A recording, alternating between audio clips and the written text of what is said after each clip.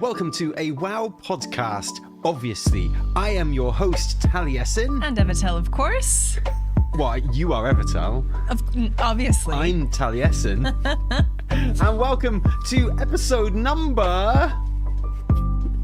Five? We don't know. None of us know. We don't know what it is. Is it 5? It's not 5. It's Are you either kidding 4 me? or 5. Absolutely not. I think it's like 6, 7, or even 8. I'm not sure. Welcome to a comfy sweater. Obviously, comfy that's sweater. what Evitel. Sometimes I like to dress up in like a nice suit or something, or like at least sort of a shirt, maybe even a tie. That's what we're famous for, right? Very but now, no, this is cozy stream, cozy podcast, Cozy ready for a nesting. new year, new older me. What do we think? Yeah, I'm in my comfy duds, which I've been wearing for like maybe 3 days. But they're just so comfortable. I can smell you coming up the stairs well before I see you. But it's good my to be delicious comfy. fragrance. Thank you so much. It is. It's very musty and sleepy, and it's nice. Like we both just smell of our kids' poo like all the time. That's what we are. It's a good thing podcasts are not smellable because Well, if they were, my goodness, can you imagine? There is a smell. That would There's a change. scent. I've got a feeling if they were, the list of the most popular podcasts would change almost upside down overnight. It'd be fantastic. fun fact, Taliesin actually smells very good. Oh, that's too kind. You didn't have to say that. No, I didn't. Especially Oh, after now you I have to dissed say me. no. Okay, fine. Evie smells good too. It's all good. Welcome to the podcast, everyone. Hi. Happy New Year. Oh my gosh. If you only interact with our content via the podcast, and yeah, we haven't spoken to you for like a month before we went for our Xmas break, our New Year break over in America. Yeah, it was great. It was so good. Just out with the kids, family. That was it basically for 2 weeks. It was a joy. Hope you all had a nice break as well. If you did have a break, I hope you did. Yeah, well, if you were, then that break is well and truly over now because World of Warcraft, Evitel, patch 10.2.5 went live for us in the EU yesterday. And for NA, it went live on Tuesday, as per usual. So we've got all of that to talk about today. Yes, have we you do. played it? Oh my goodness, please tell me that you've been online and that you've played it. I have been online and I have played it. Thank I played goodness. it with you on stream. I know, but I'm saying that for the benefit of people that can't see you and don't watch our stream. Exactly. I did played through basically the storyline and campaign stuff. There are a few things which I have not done yet, which I want to ask you about, like the digs. Oh, we'll get all other bits and bobs. through to it. Don't worry. We're going to talk everything 10.2.5. We're going to talk about all that story. We're going to talk about the gameplay. We're going to talk about the reactions to all of that because you've been kind of spending your morning studying reactions and how the community has been sort of receiving that and putting it in a spreadsheet for the weekly reset. Exactly. So maybe you can let us in on some of the your insights that you've come up with later. When we get to it. Yeah, when we get to it. when we get there. I want to thank Rico in our chat right now for the super chat. And don't forget, guys, we will be coming to super chats. That's a YouTube thing. I love it. It's so good. I love that they called super chats. I love that they sat down when they were making YouTube streaming and they were like, we've got to find the goofiest name absolutely possible. But it does the trick. Yeah, it's great. I love it. And so, if you do want to pop a super chat in with a question, we come to them at the end of the show and we round them all up and we answer any questions that might have popped up that way. I like having a little Q&A at the end of the show, Me too. It's really, really good. Me too. So yeah, any questions, anything you want to ask us or talk about at the end of the show, give us a super chat. And you know what? You're all super Exactly. chat. Exactly. So 10.2.5. Can I get your initial reactions? Like, what's the first thing in your head that you think of when you think of your 10.2.5 experience so far, Evitel? Hugs and kisses. Just kiss tech. I feel like Kiss Tech. Oh Kiss my Tech. goodness. It's here. Dude, once we get Kiss Tech and Smell-O-Vision in this podcast, it is going to be the #1 podcast. I know it. It's going to be so good. Yeah, I feel like 10.2.5 not really helping kind of argue against the case that has been a talking point in the WoW community, or some parts of the WoW community recently, which is the whole, where is the war in World of Warcraft? They should call it World of Kissed crafts. Yeah, exactly. So if you are of the opinion, well, first of all, this podcast will have major spoilers for patch 10.2.5. Well, yeah. Unless there's like a really hard thing that we haven't done. Exactly. Yeah, exactly. Which is something possible. we are just not aware of. So spoilers lie ahead, enter at your own risk. The vibe, I would say, overall, it's like quite cathartic and emotional and touching and tender. Words that... disgusting. Exactly, What? yeah, Are you kidding me? No. Words that some people probably do not want to hear. I believe the word you're thinking of is woke, Evitel. Oh, please. We don't use that word here, Tally. But I have to say, I totally get the desire that people have, and we talked about this before for WoW to be more like metal, right, or just like hard. Yeah. Or, more. Sorry, was that WoW we were talking about, or was that just like our date night? Yeah, more metal, Tally. So I get that, but I have my overall take on this patch is that it is really tender and touchy and feely, but that's okay. You just sit there and let me not feedback. I did not interrupt at all. What are you even talking about? I can't help it. I'm just so happy whenever you talk, and I'm watching your face on the monitor here, and you just look so good. And but I don't think it's unearned. So I think the moments that we get, especially in this patch, kind of throughout a number of different stories, which are quite touching and emotionally like cathartic, and explore our feelings. They make sense. Like you can see something like that happening maybe and popping up and feeling completely unmerited or unearned or like out of sync with the story. And you go like, why did they do that? Why did they just hug? But that's not the case here. I feel like it's all totally earned in a way, and I like it. That is my take.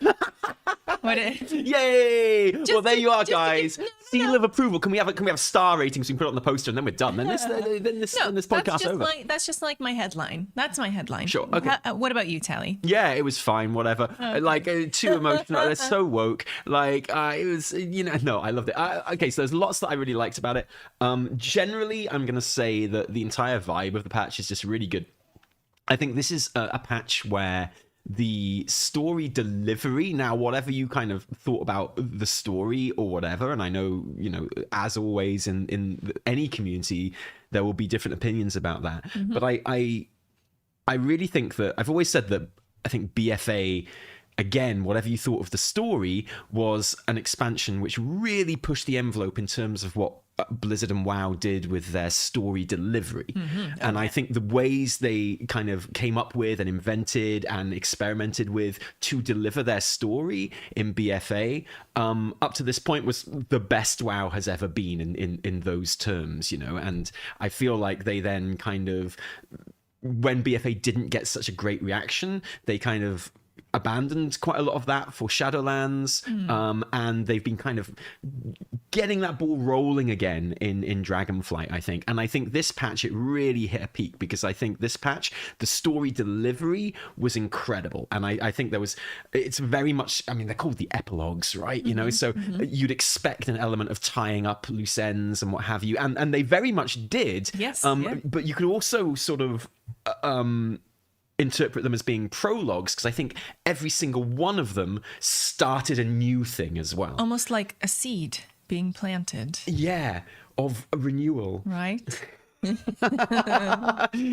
yeah, I think there were some in the case of Tyrande and the Night Elves, some incredibly long, expansion-wide, almost decade-long kind of storylines and story arcs, I should say, that are coming to a close. But I felt like each and every single one of those storylines that we touched upon had a new beginning as well. Yeah. There was it was very much, the theme was very much a handover of power and kind of a handoff and an inheritance of new leadership and new beginnings and new enemies and things like that. And I thought that was terrific. And that was my main takeaway from it. I've spent this morning playing a lot of the repeatable content as well, which I hated at first with a passion. Oh no! Like I was on stream doing it after you left the stream yesterday. Yeah. Good timing. Oh man! And I was doing the training for because the digs. We'll talk about all of this. We'll talk about all of this. Oh yeah. But at first I hated it.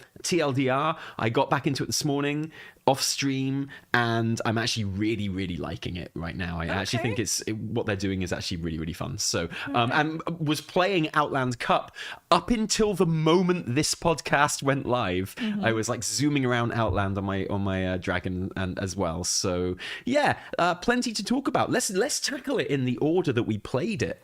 Yeah. Yesterday. Yeah. Which was, first of all, we did the Vyranoth storyline, which you can pick up at the top of the big dragon tower in Valdrakken. Yeah, seat of the aspect. That's right. And the big dragon tower.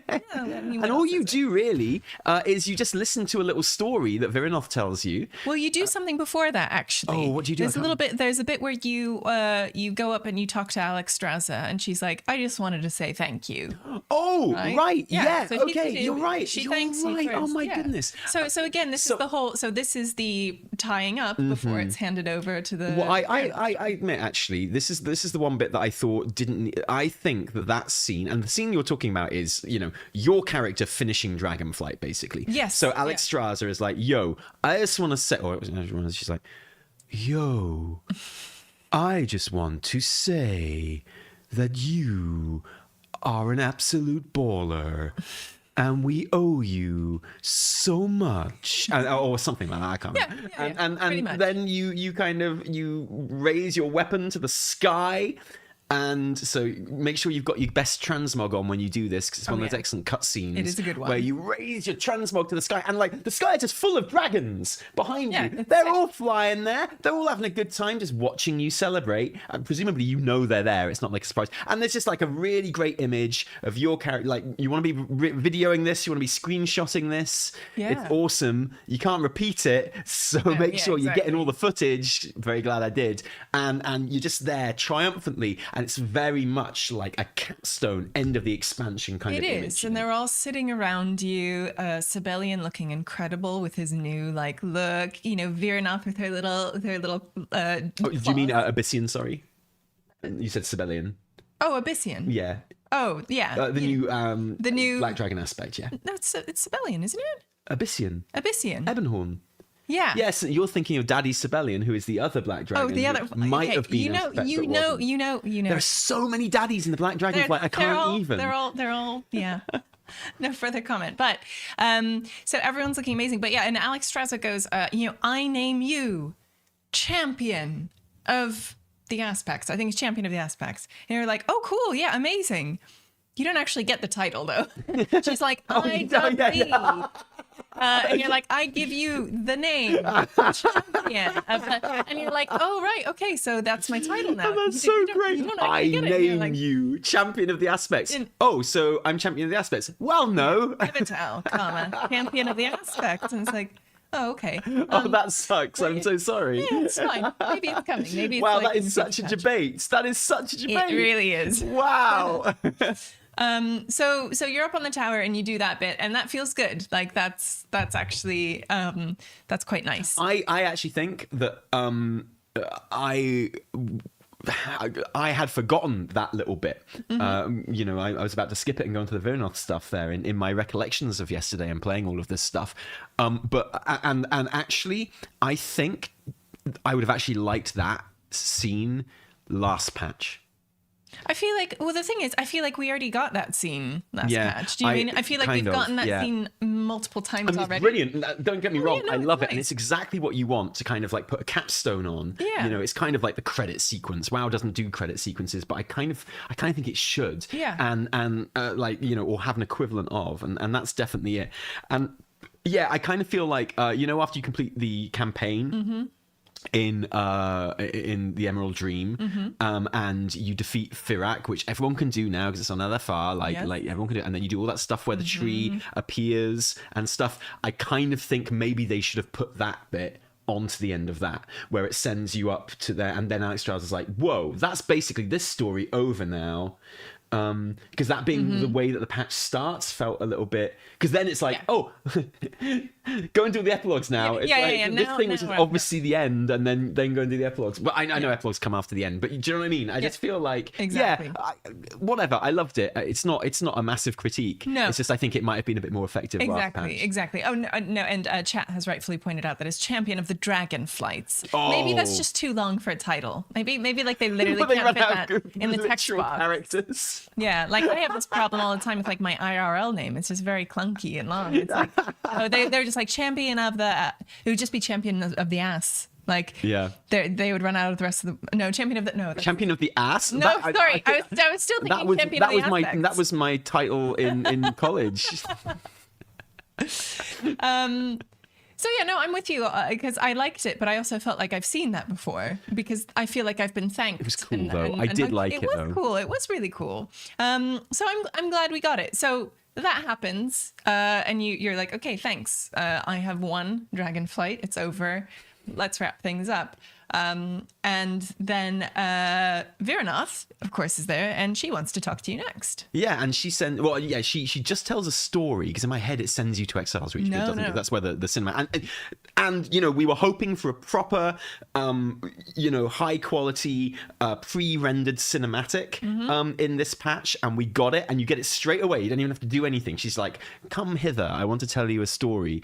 And it's a banger, this cinematic, actually. So good. It's so cool. And it starts off, it's very much framed as her telling a story. Because a lot of these cinematics, the way you see them in game is that it's like this person is telling you what happened, sort of thing. But they're still presented just straight up. This one at least has some narrative at the beginning from like voiceover as she flies in. It's like, wow, it was a dark and stormy night or something. And like she's flying in. And she lands on that little kind of crest in Exile's Reach with the mountains around it, the snowy one.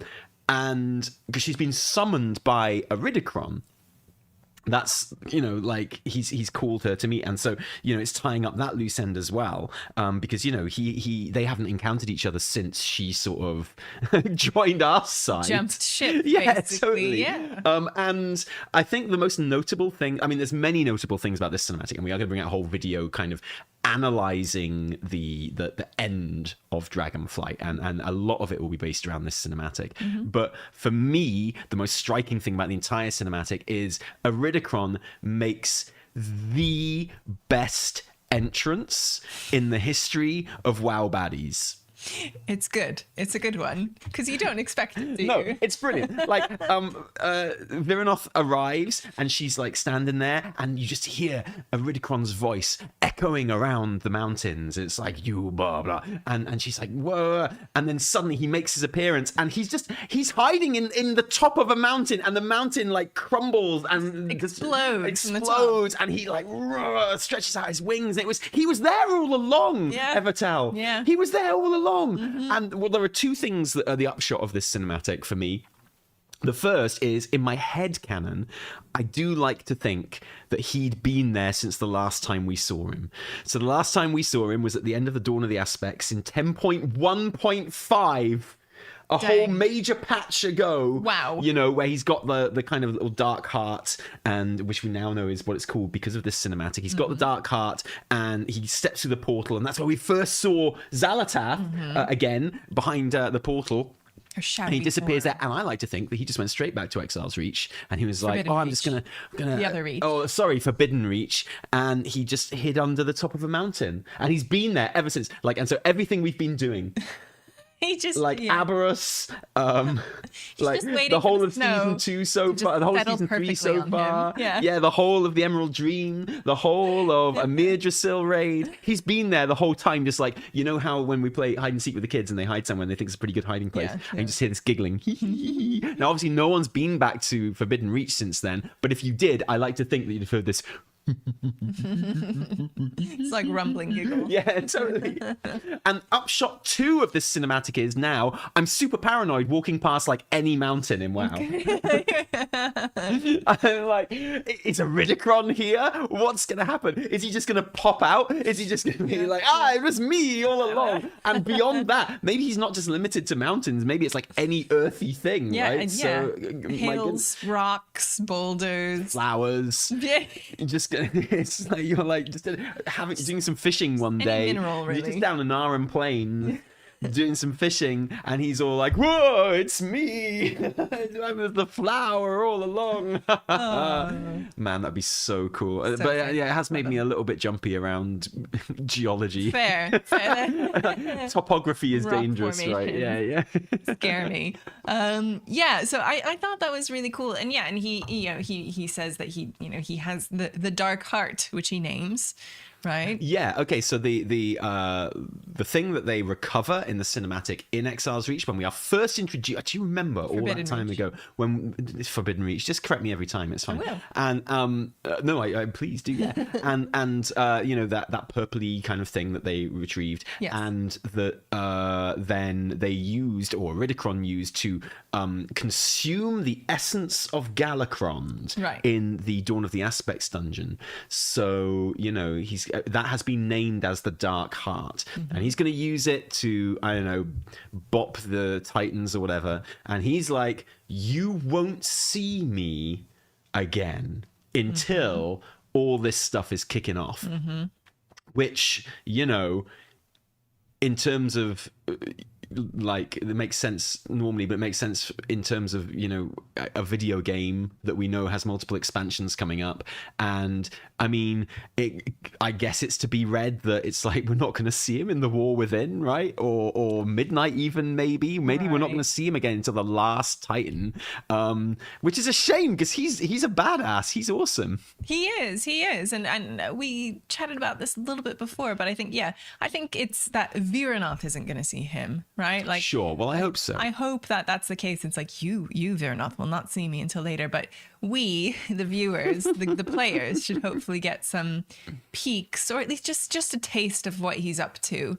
Right? Just in scheming. Well, I hope so. Yeah, I hope that Blizz don't do that thing where like Xal'atath has been since BFA. I hope they don't do that thing where we literally see neither hide nor hair of them, and he's completely gone. I hope he does crop up in, well, like I say, I'd like the War Within to continue the kind of story delivery that Dragonflight has been doing, and even up it even more. I really want to see a return of the super high res Sourfang cinematics. I think a series of those is just so satisfying, especially when you're getting one every major patch and stuff. That must be coming in the War Within. Do you think? I feel like it has to, and you can't tease us with a trailer like that with Anduin. Just a standard like cinematic trailer though. We got one for Shadowlands too, right? And there was no Sourfang cinematics in that. No, I know, but everyone thought there was gonna be. Don't you remember? It was like, clearly yeah, Bolvar. Exactly. Look at that beautiful new Bolvar model they used, and they're clearly gonna have a big series of cinematics for him, and nothing from Bolvar at all. In fact, actually. So I'm optimistic. So I hope that they do bring them back. I know they are extremely expensive to make and like take years. Yeah, well, true. So you can't be very nimble with them, can you? No, exactly. You're locked into your story pretty early on there. Stone. So a girl can hope, a girl can dream. But I do hope they bring those back. I want to see a series of comics going all the way through. Like I know it's become quite fashionable recently to complain about sort of tertiary media with storytelling in WoW, and the idea that, I have to buy a book to know what's going on and stuff. And I am sympathetic to that a lot of the time. I think the example that everyone uses, which is where it obviously went too far, was War Crimes before Warlords of Draenor, where you don't even you literally don't know why the portal is open and why there are orcs coming through and stuff unless you've read that book, which is too much. Like Bane dying off Bane, Ken dying off screen and stuff, and in the book, and I get it. There are occasions where it does cross the line, it goes too far. there's a debate that maybe they crossed that line again when it came to Kalia, because her kind of whole origin is in the book and stuff. And I'm not sure how I feel I agree with that one. But and I think generally the books have been a lot better of just kind of supporting and supplementing the main story ever since. And I'd like to, exactly. So I like the books. I'm always up for it. I like to see some comics doing that as well. I love the short stories, and something that Legion did, which I think is so good, and they haven't touched on again, is the whole like audio drama things, like the kind of radio plays. Do you remember them? There was a series of them just before Legion, and then there was a series of them for 7.3 as well, for the Argus stuff, which featured Turalyon and Alleria too. And, you know, I got a feeling maybe they're going to be quite important characters going into the War Within and the World Soul Saga as well. So maybe now is the time to bring those out again. Just saying, would be really good. Yeah, and the, like, I mean, I know we had them in Dragonflight as well, like the kind of animated you know, shorts, but for some reason the Dragonflight ones just don't even stick in my memory at all. Like the shorts, the legacy ones. They like, because I get what they did, because they were kind of embedded in the story, and they kind of helped progress where you were in the story. But like, give me the classic, like Ashara, even like the Khadgar ones, like from Legion, like those were so... Well, what were the other ones in Legion? What were the other ones in Legion? The other ones. Yeah, exactly. The other ones. But like, they were really that's good. Another example. BFA just did that stuff so well. They like did, Daughter of the Sea. Oh, I maintain, like, the BFA kind of cinematic trailer is the best cinematic trailer ever, I think, personally.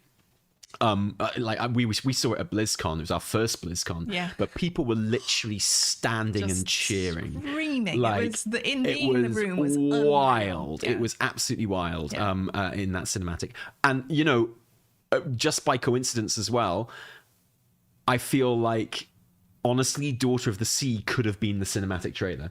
Like if the BFA trailer didn't exist, and if they'd made Daughter of the Sea the BFA cinematic trailer, I think it would still be the best cinematic trailer for any expansion. Do you know what I mean? You'd be like, can you imagine if Daughter of the Sea was the BFA trailer? If it was like, here's our new expansion, and Daughter of the Sea played, and you just be like, what? This is awesome. So cool. And then with the Ashara one, and the controversial Sylvanas one, but you know, it was still good. So good. And they changed artists, like visually they're different. So I miss the older style, but I get why they've done it. But yeah, I mean, but even the ones in, like, you know, Shadowlands, like, you know, with Uther, and they're like, they were really superb. And so my hope is that this kind of like short form storytelling returns, either in the form of like the animated shorts, or let's just do the Saurfang full-blown like 5D cinematics. I love that. And to go back to the point of why we were even talking about this, sorry. Yes.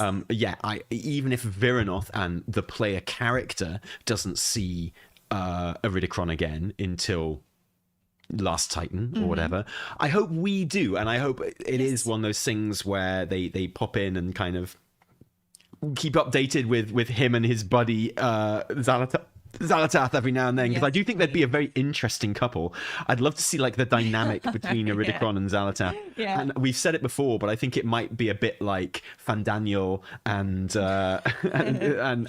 Big Booty guy from Final Fantasy 14. Yeah, Xenos and Fandaniel. I reckon there could be like an element of Xenos and Fandaniel, but instead of Fandaniel, who's the worst character ever created and should be encased in concrete, like the entire concept of them and thrown in the North Sea, like you've got Xal'atath, who's like just amazing and awesome, and I think it'd be really cool. So I do hope, and I hope that like WoW does extend its kind of, you know, what we see, you know, and it's not all completely related to our player characters, and we do just get like, you know, hey, we're going to drop in on Iridikron and Xal'atath just for a bit, see what they're up to. I think that would be great. That would be cool. That would be very cool. So hopefully, when he says you won't see me again, hopefully he's not talking directly to the audience, but it is kind of impossible not to take it that way. I know. Like, peace. And if he doesn't appear until after Xal'atath dies, which I think she probably will. No. But then you know, we don't get any of that magic at all, do we? So that would be terrible, awful. But so and then it very much kind of sets up the idea and moving into the next expansion, as quite a lot of it does. So in that way, you know, it is an ending, but also a beginning. They are officially kind of done. Yeah. You know, they're not friends anymore. Nope. They're not kin anymore. She's like, I will have no part of your war against the Titans, which is a bit weird because she was really into it before, but she just doesn't like the Void. Iridikron is very convinced that he is using the Void rather than the Void The other way using him. around. Yeah, it's like, I have enlisted them. I like their hunger. You know, I'm going to get what I need off them. And that might actually be true, actually, looking at the shape of the next 3 expansions. It looks like, you know, I think Iridikron's part in this story is going to be there long after the Void's part in the story is over, right? Yeah. I think, you know, we're kind of going to deal with the Void to the extent that we dealt with the Legion in Midnight. You know, right. I think it will right. be at the stage at the end of Midnight. We'll be at the stage that we were with the Legion in Legion, which was like, they're basically done now. Yeah. Like, you're going to see a demon round every now and then, and maybe in the future they'll get their stuff together and they'll come and attack again or whatever. But basically, we won. We beat the Legion. We beat them. And I get the feeling that's where we're going to be with the Void at the end of Midnight, which will just leave Iridikron and his plan. You know, I still kind of think that maybe the Titans will turn up at the end of Midnight and like his strike or whatever, his ambush, and he will kind of win at the end of Midnight, perhaps. I think that's a narrative shape that everyone's kind of expecting. So that could be cool. But either way, yeah, I think he'll be around a lot longer than Xal'atath and a lot longer than the Void in terms of the World Soul Saga. You're probably right. But I do hope we get to see them sort of mixed together. And I didn't. Yeah, I know she's against the Void, and I know that, you know, what she's seen from the way Iridikron went off on one and was basically allowed to by Iridikron. The way Firak went off on one and was basically allowed to by Iridikron and stuff. So, but I don't know, man. She just doesn't seem to care about the Titans anymore. What do you think? Because like her whole motivation was like, I hate the Titans, and now she's all like, well. Yeah, I mean, I get it. Yeah, I mean, I get her just turning against him purely because he let Firak like destroy himself. Yeah. Right. You know, that's her brother, man. Yeah. And I think the implication is that, you know, they are like a trio, but. And they all were fighting for the same thing, but I think their kind of motivations were very different. Like Iridikron just flat out hates the Titans and wants to just destroy them, and by any means necessary. He's like, look, I'm going to kill these guys, and if I have to kind of destroy the planet to do it, then so be it, because it's tainted by them, sort of thing. Like really anti-Titan, you know. Firak was a lot more of a wild card. He was like, yeah, we're going to destroy the Titans just because I love destroying stuff, right? Yeah. Wait, we're going to destroy the Titans. Do I get to F stuff up if we do that? Exactly. Count me in. Brilliant. And I think with thank you, sir. I think with Vyranoth, it was actually a case of she was more motivated by the sense of betrayal that she felt from the other dragons, rather than like the Titans was like a symptom of it.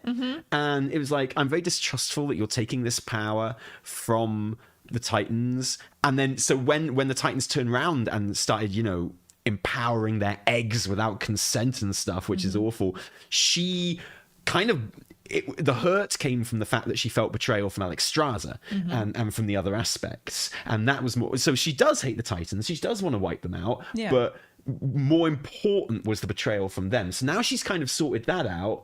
The whole Titan thing just isn't as important because it came from, you know, frustration with her relationship, or you know that with the other dragons. I think you're absolutely right. She is interested in like living beings continuing to live, right? Like, you know, and she's come around to the other aspects, not completely, right? But like Alexstrasza, flat, not for the first time in the expansion, not the first person in the expansion, but she apologized, you know, and she was like, "Yo, yeah, I was wrong." Alexstrasza has been taking L's all expansion, you know. Every single dragon that she tries to fight bops her. And absolutely nails her. And like the Dragonkin were like, hey, you never actually asked us if you could be our leader, cool. and kind of make us your servants. So we're going to have a big rebellion. And she was like, yeah, actually, you're right. I'm really sorry. We're going to sort you out and make you proper members of Dragon Society and stuff, which is really cool, like really good. And likewise with Vyranoth as well. So Alexstrasza did take some serious L's this expansion, but is all the better for it. Exactly. And maybe that's why people have kind of wobbed wobbled on liking her as a character, because when she, you see her in the key art and you see her popping up and you're like, wow, this dragon lady's gonna F shit up. She's so, you know what I mean? Yeah. She radiates that energy, and then in game she has, this like glacial delivery, and then also is constantly getting, knocked down, but she gets up again. You're never gonna keep me down. But is really apologetic all of the time, and also just like hugs you and has really nice eyeshadow. So I think people. I think she subverted people's expectations of what she was going to be like in this whole expansion. Well, the aspects in general have not been very badass. No, they haven't. And that is the whole story. They are fractured and trying to put stuff back together again. And and I don't mind that at all. It's like, I'm okay being the badass one. Like, you send me to sort everything out. It's okay. It's fine. I'll do it. Me and my buddies will go in there and we'll clean it all up for you. It's maybe that has disappointed people, the idea that the dragons weren't just awesome, but they went into it without their espat powers, and the whole point of it was that they were finding their feet and kind of didn't know what was going on or where they were, and being back in the Dragon Isles has given them a chance to regroup and rediscover what they're all about and get their aspect powers back again, although they're Azeroth powers, you'd have to say, back again now. Right, yeah. Now Whatever they're empowered by the planet itself, which I know might be important later. So I like it. I like that whole theme. I think it's really cool. I like it too. Yeah. Yeah, cool. All in all. So the next bit that we went and did was the Bel'ameth stuff. Yes. Which, what was your opinion on that? Loved it. Yeah, me too. I think this was kind of like the high point, story-wise and like story delivery-wise, of the entire patch for me. Oh yeah, so you show up, you go to Bel'ameth, and you've got Tyrande and. What's her name? Chandris Feathermoon. Chandris Feathermoon. Sorry, basically adopted child there, and this little cinematic kicks off. And it's brilliant because they're like no words. Well, I mean, officially, this is the first time you've actually been to Bel'ameth as well. Yes. I know we've been exploring it on the PTR and stuff. So you exactly. and if you have been doing that, and if you have been like watching trailers and reading about it and stuff and following the news, then you feel like you've seen a lot of it already. But story-wise, you get sent there, and there's a town there now, right? There's the beginnings of a new capital and stuff. And it's super interesting and super cozy and with the music and everything as well. I really like it there. I love it kind of as a city. Yeah. And the implication is that it will be built on more as well. Yes. Yeah. And it's great. And there's a moment when, Tyrande looks off in the distance and just, her eyes grow wide, and it's Malfurion, who has been, kind of the butt of many jokes, like for a long time, the way he's kind of been handled. I know he's got those like chicken wings, right? And I think that bit comes at the end of the cinematic. So at first, and it's not a pre-rendered cinematic. It's an in-game cutscene. So it's one of those ones that your character appears in, and I think my character could have probably appeared in it a little bit more, to be perfectly honest. But whenever it's an in-game cutscene, I'm like, my character should be there like the whole time. Oh yeah, I don't care. The technology is there. Put me there. Like, I don't care how awkward I look in the background of this thing. I don't care what kind of heart-to-heart is happening between two characters. Yeah. Put me there. Like, stick me in there. Like, I've got my finest night elf, heritage garb it's on. like Tyranda's like, I consent. Malfurion's like, I consent, and I'm like, isn't there someone you forgot to ask? I think it'd be great. But so at first there's this conversation between Chandris and Tyrande, and Tyrande is like, yo, you're going to be the leader of the Night Elves now. Well, right, yeah, and the way she talks about Bel'ameth, she's like, this is we're starting to build our home here, but also Teldrassil. We will continue to build anew. It's and great. We're like, whoa. Well, first she lists off like all the other kind of places where it's like, this is our new home, but it's not our only home. But like, there's Hijal and everywhere else. Yeah. Ashenvale. She's like, so this is, and I actually really like how they framed it, because there was a big worry kind of among, people and like Night Elf players about like, is this going to feel like home? Is this right? Is this where it should be? And I really like how she was like, this is actually everywhere. These are all of our homes. Some of them need a little work, but this is where, and we will rebuild, and we will kind of rebuild. And it was really, I thought it was really beautifully done. And so the idea of Bel'ameth, not necessarily as like the capital, like a like for Darnassus, but rather a, just something on a smaller scale that still harkens back to those places. It has loads of, kind of original NPCs and characters that you see wandering around. I really like how they handled that. And I felt it felt really good. It's like, okay, actually, this isn't so bad. You aren't just trying to like plop a major capital city just in the middle of nowhere. Yeah, and I'm really glad they addressed it.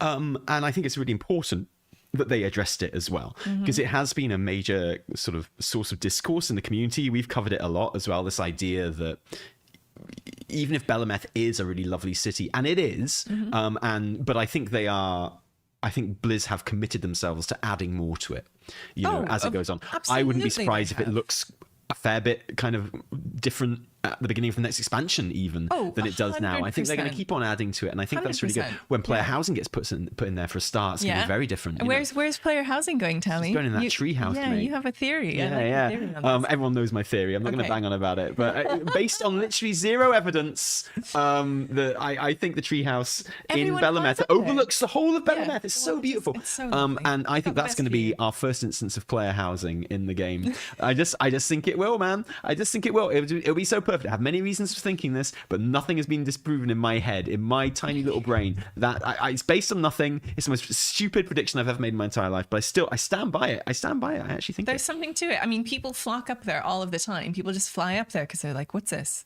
Seriously. Can I go in here? What's this?" All I'm saying is, if I was a dev and I was looking for somewhere to put the first instance of player housing in, that's where I put it. It just makes sense. Yes, even Horde players. Right. Exactly. Yes. Everyone. And as Tyrande points out, everyone is welcome here. Yeah, exactly. Literally everyone. And there was that idea of anyone who wishes to make their home here, she says, which is like like player housing, right? Yeah. Right. But no, so it's very important, this idea of no matter how nice Bel'ameth is, they were pushed out of. So the way this discourse has gone is the Night Elves were pushed out of Kalimdor by the Horde, and by what Blizzard described as an attempted genocide, which is bad. Okay, that's not good, and you kind of feel like that's the kind of thing that shouldn't be rewarded, right? I know World of Warcraft is one thing, but war has rules, and war has honor, and war has stuff that you're not allowed to do, right? And genocide is one of them. Sure. And this idea that if the Night Elves then made their home off of Kalimdor, which is their ancestral homeland, then the Horde kind of succeeded because displacement is a form of genocide. So, and like the idea that they won and they probably shouldn't have, and stuff like that, which I completely understand. But then the counterpoint to that has always been, well, Darnassus was only actually their home for 10 years. It's not actually their spiritual home. Their spiritual home is Hijal, and the rest of Kalimdor, which they still hold. And that's where I've kind of always stood on this. But I think it is important that Blizz addressed it. Which is why I thought that was a great bit of the cinematic well where they were talking about that. I thought that was fantastic. It was really good. The commitment from Blizz to rebuild Teldrassil as well was, I think, very unexpected. Yeah, and this isn't something that's going to happen overnight. Like, this isn't something that's going to happen in the next expansion. No, but I'd be very surprised if it wasn't done by the end of the world. Soul Saga. Well, I think that's the idea. And this is another thing that's so cool about having the World Soul Saga ahead of us and having that rough draft of where we're going. I mean, it's a very rough draft, but we've got like the expansion names and a few kind of key ideas of what they could possibly be about. But suddenly I feel like I understand when things are going to be resolved. Like, okay, Teldrassil isn't going to be rebuilt right away. It's not going to be rebuilt in the War Within. But I do feel like within this cycle, this cycle, if you want to call it, this trilogy, it will be addressed, right? So, and this goes for all of these seeds being planted. Like, they are letting us know what's coming literally in the next 3 expansions, which they are obviously treating as a cycle and a set like storyline and wrapping things up from when they started years ago. So it's just such a different approach, right? Yeah, it's not just like, you know, you drop a character in and be like, maybe you'll see me one day, and then they're gone for 5 expansions and then they pop up again, right? There's at least an expectation of how things will go. There is an expectation that there is a plan, right? And that, you know, even though when I asked Terran Gregory this in our BlizzCon interview, he I feel like it rattled him a little bit when I said it, actually. And I was like, what I thought was a pretty standard question. Yeah, it did feel. And I was like, do you know the ending of the World Soul Saga? Which you'd hope, honestly, the answer is yes. And the question's not tell us the ending. It was one of those questions I felt more of a setup. Was more of a setup for him to kind of rip off a little bit and be like, and the great thing is we can aim for it and it might change, but we do have an idea of how it's going to end. And he was just like, you know, I can't tell you that. I was like, dude, I'm not trying to milk you. Don't worry. It's like, although I will if it gets the answer. But like, you know, I'm just setting you up for a kind of like something you could elaborate on there. But it really kind of, he just like put up a wall completely, didn't he? He was like, oh no. And then he went away and made a cinematic really quickly to put out on his phone. Yeah, exactly. Just like, oh, new cinematic. Oh, Tally says I've got to make a cinematic about this and publish. Go. There is that. You do, when you know there's a trilogy coming, you do trust the kind of the hanging threads a bit more. Yeah, you know, and like you have to, otherwise, you know, and. We shall see. If Iridikron had, if the World Soul Saga had not been announced, and Iridikron had turned around and gone, "You won't see me." Exactly. We'd all be like, "Okay, we'll see you whenever, Iridikron. Yeah, whatever, mate." He's gone. But we know when, and now we can speculate exactly when he's going to come back. You know, of these expansions that we know the names of and stuff like that. So yeah, I can't wait to see Teldrassil redone and sort of fixed up and one day, you know, have it with like scaffold around it or something, and then just kind of like looking not ashen and smoky again would be fantastic. Rebuilt in some way. Really like that. Yeah. But then, of course, the climax of that cinematic is, sorry, you know, I always jump straight to the climax. I can't help myself. No patience.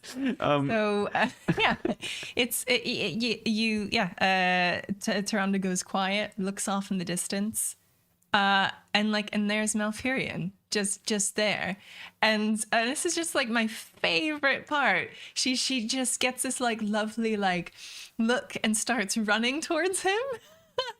Which again is, I feel like, not a standard kind of like WoW like character action, right? Like, you know, and just starts like running to him and then just leaps into his arms and kisses him, and it is so effective. And just saying it makes it sound, you know, silly. It's not as good as watching it. I loved it. It's so good. It brought a tear to my eye. I loved it, and I thought the whole camera swoop as she did almost the kind of the Baywatch sort of run towards him, and I loved that about it. I loved that there was a real sense of release for Tyrande, particularly because and something that we'll touch on later on as well is those extra high-res in-game models that they use for the in-game cutscenes for the main characters are brilliant, and they can do so much more with them. Oh yeah. And but as she was kind of, maybe I'll try and get it up for the people who are watching this on YouTube. Yeah. Let me just find it real quick. Yeah. See if I can. You can do this. I believe in you. I can do this. You can do this on command. You know I can do it on command. There's only so many sex jokes we can make in one episode, though. That's the thing. Let me see if I can remember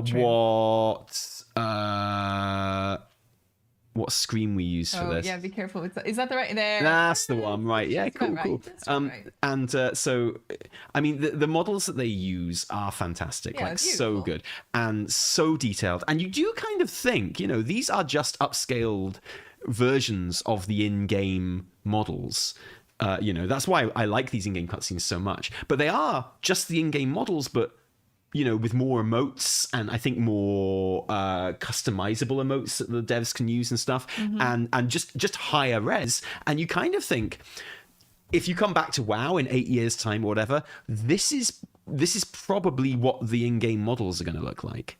This is probably what the player character. This is probably what every model in the game will look like. So when Malfurion appears, and I love how the first shot that we see of Tyrande, when Malfurion appears, is not her face, it's her knees, literally her knees. This idea that she not goes weak at the knees in like a girly way or in like a simpy way, but in a kind of it just really takes it out of her sort of thing, and I love that. I think it's so great. And then that run that she does towards him, and he could maybe move a bit quicker, but it's like a proper bound, and she runs right across the screen, and her arms are going. There's like no shame. There's like no self-consciousness. It's just a really beautiful emotional moment, right? Yeah.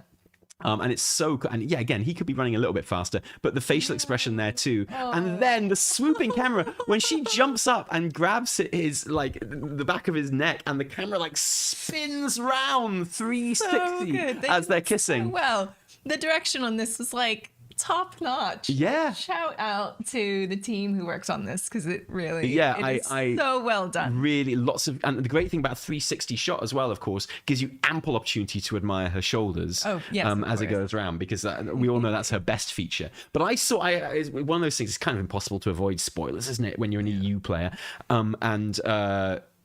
I had seen a still of the kiss from the side, and I was like, and people were going wild for it, and I was like, okay, I mean, it looks fine, it looks good, it's cool that we got a kiss, good that we got kiss tech in WoW now, but of course that didn't take into account that 360 kind of spin on the camera. So good. And I loved it. It was so effective and so thoughtful, and it's just so lovely, and it's the simplest thing, and they don't even speak, like it just happens, and really like impactful and beautifully done. So great. I mean, technically the first hug we ever had in WoW, I believe, was technically Jaina and her mum. Because that does use in-game tech for those pre-rendered, but it was a pre-rendered. And I mean, I think technically you could say that that's a kiss as well, a kiss on the head sort of thing. But this is a proper. I'm sure this is the first one. So great. And so lovely, and of course, so from the moment she turns around and sees him, which is 1:04, to the end of the cinematic, which is 2 minutes in, so that's like 55 seconds of the cinematic, which is completely devoid of any speech. It's all silent, and just because they don't need words, right? No, they don't. And I love that, because sometimes in WoW cinematics that can kind of spoil things a bit. Exactly. And like and I was thinking about that too, like there's no need for him to be like, Tyrande. Yeah, exactly. I am here. Do you know what I mean? Saves on voice acting as well, which is good. Yeah, exactly. But one less day in the studio. But like you could have imagined, a cinematic from whatever 5-10 years ago being like, "It is I." Yeah. Like, no, definitely. I have returned. And because that's the only way they had to sort of express what was happening then. But now we can do so much more with cameras and angles and expressions as well. So the storytelling moves into these these animated cinematics, which look beautiful. Yeah. And then look at little Chandris literally in this pose going. Yeah. Now, I'll admit, I had kind of forgotten that Chandris was their daughter. Same. It's good that they reminded us. Yeah, because it would have felt a little bit weird. She's like an adopted daughter, right? Yeah, but it would have just felt very strange if they hadn't reminded me of that. So whoever put their hand up in the meeting and said we should probably remind people of Chandris's relationship to Tyrande and Malfurion before this bit. Yeah, and I don't know if you're going to do a cinematic analysis on this one, Tally. Pretty much, yeah. But the way she's kind of framed between the two of them here, and you see, it's lovely. Yeah, I know, and it's great. She kind of represents us in that moment. Her face is all kind of scrunched up and that was my reaction just too. full of happiness and sadness and glee, and yeah, exactly. And so she is very much us in this scenario. So when they put their arm out to welcome her in. It's like they're welcoming us into the bosom as well. It's like, I know we're not represented in the cinematic, but we kind of are, which is nice. And it's just great. I just really love it. And the facial expressions, they shouldn't be allowed to do facial expressions this good with these models. Whatever they're doing, it's absolutely amazing. And I love it. And, you know, in Shadowlands, when we had that kind of that big exodus of players to sort of Final Fantasy 14 and you know, that is something that's been talked about to death. And I remember saying, and this wasn't an unusual view, this wasn't like a controversial view at the time, but I remember saying then, I was like, if I was in charge of WoW right now, my main focus would be like quadrupling the size of the in-game cutscene department and just getting so many more of those things going on at like every opportunity, like every story beat, at the very least have an in-game cutscene there happening to kind of, you know, get that story being told better and what have you. And honestly, that's exactly what Blizz did, you know, when they took over that game studio, and we know that most of the people from that other studio that they brought in were artists and what have you, and we've definitely seen the fruits of that in Dragonflight. We've had so many great cutscenes, you know, we're seeing that at the end of Shadowlands as well, with the trial of Sylvanas and what have you, and Tyrande in that as well.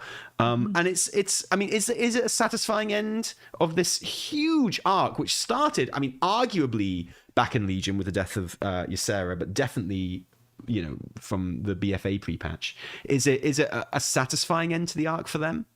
I think it's lovely. I mean, I think it, you know, Malfurion returns abruptly, right? But I think that's fine. You know? Yeah, I think that's the best way of doing it. Exactly. It doesn't need, I don't think it needs kind of more storytelling around that. And then, of course, after this, after the group hug, they have a bit of a conversation there. Yes. And Malfurion and Tyrande are like, right, we're off. So anyway, do you mind? Gonna...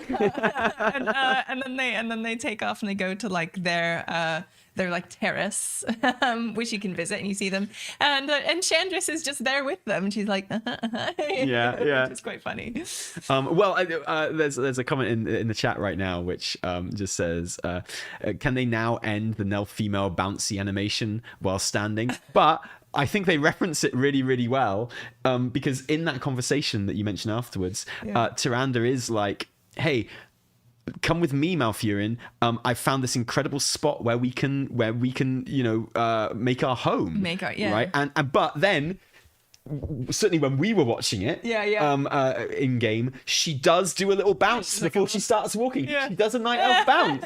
She does it. She goes, "Come! I found this incredible spot." Boing, and then off she goes with Malfurion following, which I absolutely love. And then we find them. I tried following them; they just disappear. They do that thing where they walk off, and they're actually in like a temple of the moon.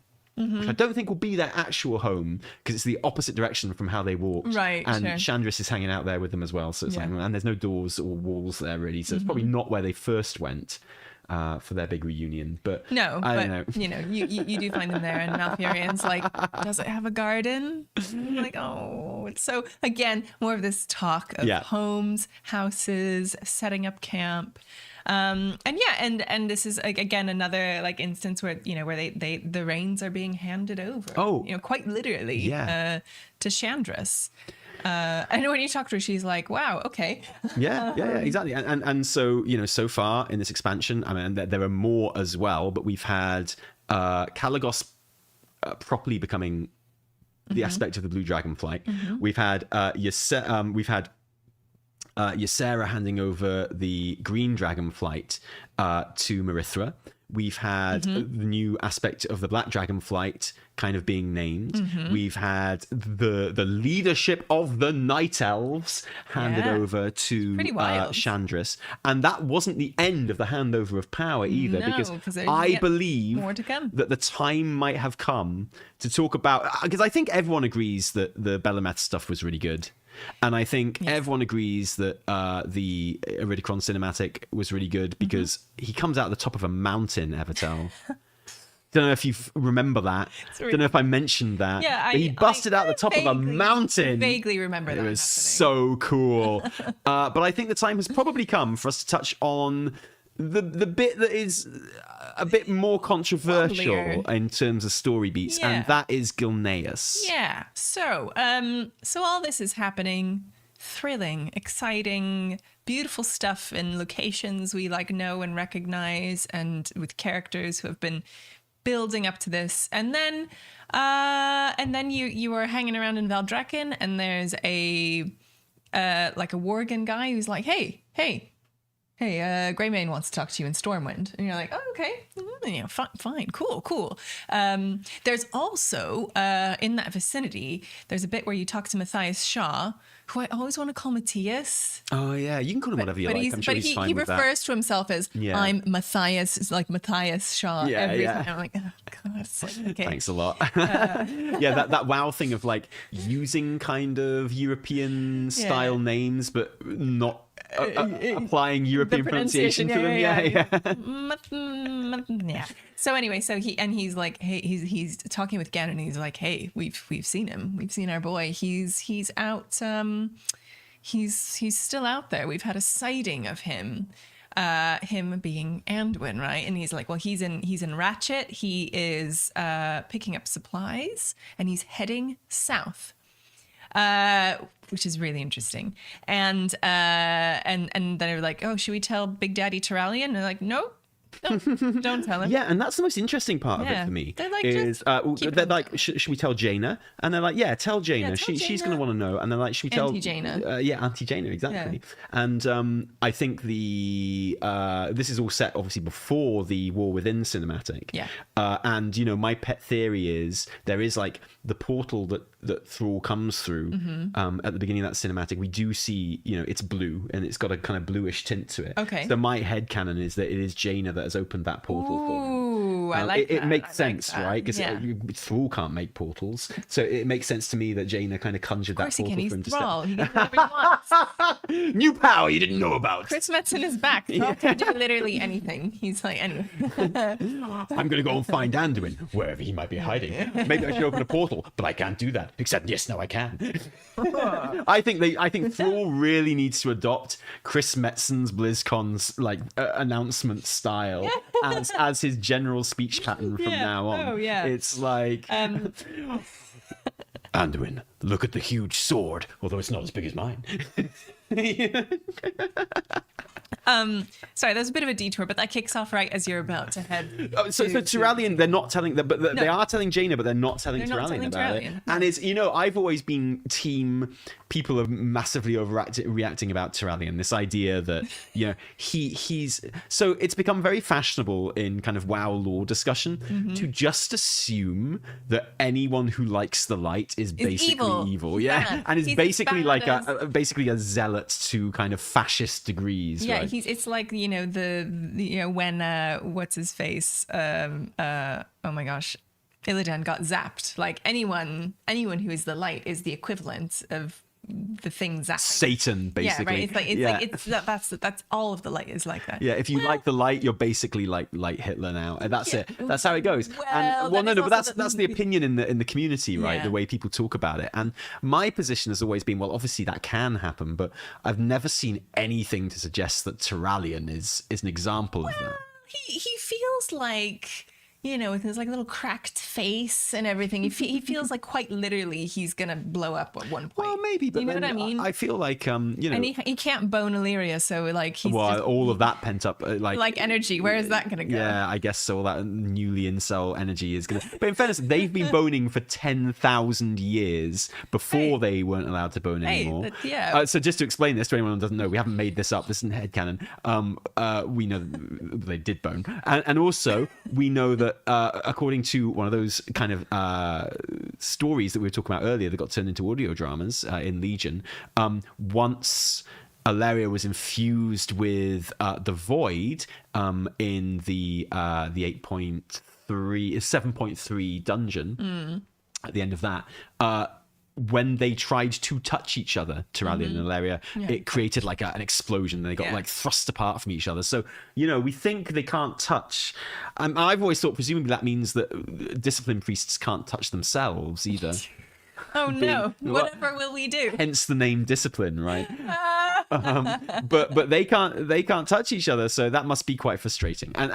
But my argument is that, and obviously one being an embodiment of light and one being an embodiment of void, at some point that is, that you can't get more Chekhov's gun than that, right? That's Chekhov's gun is on the mantelpiece there. It's got a big neon sign around it going, Chekhov's gun here, come and get your Chekhov's gun, and it's flashing. There's air horns and sirens around it. Do you know what I mean? It's like, and there's a guy standing next to it the whole time going, don't forget about this gun up here. It's absolutely there. Obviously that's always going to come to, and I think Aratul, their son, I have maintained since Legion is the child of light and shadow that the prophecy kind of refers to in Legion. Everyone kind of assumed was Illidan, and I'm all like, it's Aratul. It's blatantly he's literally a child. We've got a video from like 2019 or something, or 18 probably, talking about this. And I stand by it, and I think Aratul will come into his own and in the coming expansions as well. Makes sense. So I always think that I just don't see the evidence of Turalyon being a massive light zealot. He kind of worshipped who's the Naru in Argus, Zira. Wow, I'm doing great. My lore brain is on fire. You're doing really well today, he kind of worshipped Zira, but then he literally watched Illidan blow Zira up, die.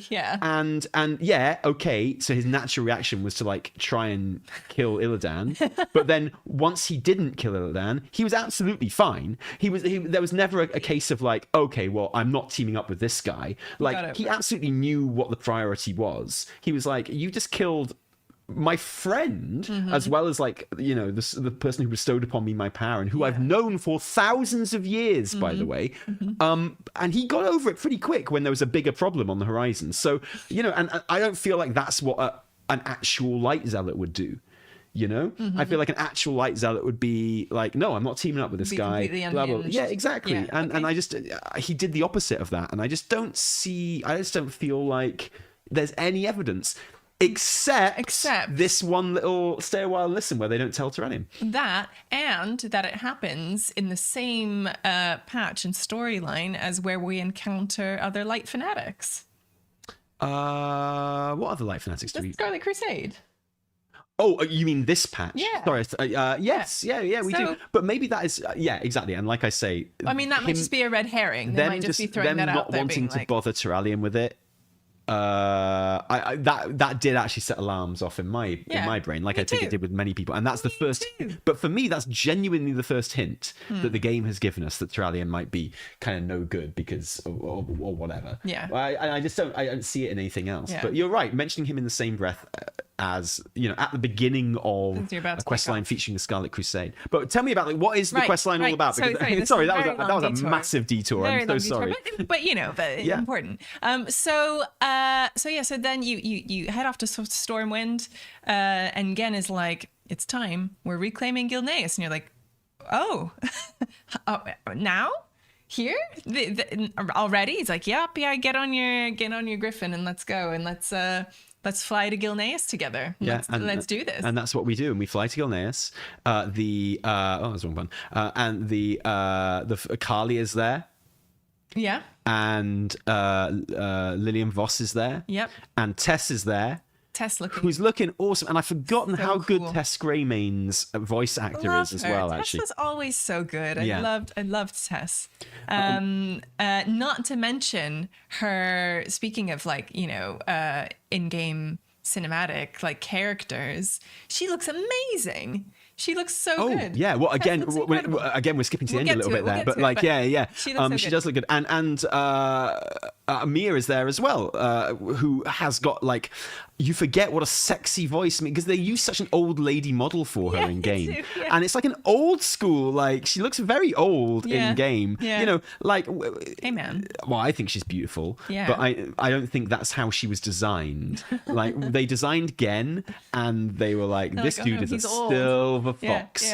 He is such a dilf. Like all of our men over weird actually how this works out in WoW. All the men over 40 look like actual sex machines, and all the women over 40 kind of look like hags. I don't know what that design, where that came from. And all these like really hot like elf like Windrunner sisters are running off with like kind of lame dudes. It's so weird. All the Windrunner sisters all fall in love with like the most milquetoast dudes. Like the most like, white bread dudes. Yeah, it's like interesting. It's so funny, so weird. I don't know. That's just a coincidence probably. But anyway, they did kind of redeem themselves with Mia by giving her like a sexy sultry voice, which is like very, very cool. And there are things that I really liked about this scenario, and there are things that I would improve about this scenario. Let's say, what was the taking back of Gilneas? Evie, give us your review. You're the person here. Everyone's here to see. Even in a nutshell, right? It's like a pretty rote like quest line where it's like, we need to infiltrate the city. We go into it. We don't even really do it bit by bit. You kind of just go into it. You do some bomb planting. You do some mob farming. You do that a few times. You hit some rats with a torch. You don't even hit them. You wave them away. Wave them away with the torch. And I get what they're trying to do, and then maybe it's just hard given what they're working with. But then you get there. You have some chats with Lily and Voss, with Tess. Coordinating the troops, and basically it culminates with like with a boss who is a Scarlet Crusade leader in the chapel. Turns into, basically like a summons like a light well, she turns into elemental. A light elemental, after she dies, and that's it. And then you kill it, and then Gilneas is reclaimed. So I thought the actual like quest sequence was like, I have WoW brain. We all have WoW brain. We know how it works. We know like the steps you take to finish a quest. Considering like the supposed like gravity or importance of the story, I was like, okay, The word that a lot of people have used is underwhelming. And I'm not unsympathetic to that. No. So I feel like at this stage, and this is not me making excuses for it or anything like that, but I feel like I feel like the game didn't explain this very well. So if anything, it's a criticism. But the situation with Gilneas at the moment is that it hasn't been, and I think this is important to remember, it hasn't been those Scarlet Crusade guys there for the last 10 years, which is why Genn and the Gilneans haven't taken it back. No. And that's so I think there's this idea of, it's like, well, that was incredibly easy. Why didn't we do that 10 years ago? And I think it's kind of important to remember that it's been the Forsaken that have been there for the last 10 years. And at the end of Shadowlands, when Kalia becomes a member of the Desolate Council, and when they take back Undercity or Lordaeron, then she sends a letter to Genn going, look, you need Gilneas back. I'm going to fight for, moving the Forsaken out of Gilneas so you can go and take it back. And she succeeds in doing that. And so she, through diplomatic means, which with the relationship between the Horde and Alliance is kind of fitting for where we're at in the story right now. Through diplomatic means, she moves the Forsaken out of Gilneas, but then before the Gilneans can move back in, that little band of the Scarlet Crusade, they just take over. They jump in and they take it. So they are not like there's the idea that, of course we can take these guys. It's kind of a formality, really. And so whatever. But I do think that the significance of the moment, the significance of the move back into Gilneas was undermined by that. I feel like it could have been better if there was maybe, well, because I think it cheats the the Gilneans, the Worgen, out of something important. Absolutely. Which is getting to fight some Forsaken. Yes, they have been dying to do that. Yeah, and I feel like there could have been a rogue faction of Forsaken that refused to move out. Right, yeah. And here's the thing, you mentioned Turalyon, and him being mentioned in this quest, and maybe the significance of that. We don't know what they're planning for the Scarlet Crusade. The Scarlet Crusade were the main baddies in the Forsaken Heritage quest line last patch, and it could well be that the Scarlet Crusade are on a bit of a comeback at the moment, and they specifically wanted to link the Scarlet Crusade into Gilneas to kind of keep them in everyone's mind and what have you. And fine, we don't know that, but we don't know that, so we can only take what we're given. And yeah, I think most Worgen players would have really appreciated the opportunity to fight some Forsaken. Absolutely. And I feel like we could have achieved that by having a rogue Forsaken faction, or that refused to move out, and then you could still have had Kalia and Lillian take part, and they're like, these dudes, they've always been trouble. I think the time has come to sort of, and that would actually have made their input a bit more meaningful as well, honestly. I'm with you, and because of that whole setup, it just feels like the Scarlet Crusade was just kind of like, well, we need a common enemy for us to bond around. Exactly. And I understand how it can fit into the wider picture, but like just jumping into this quest, you're like, why?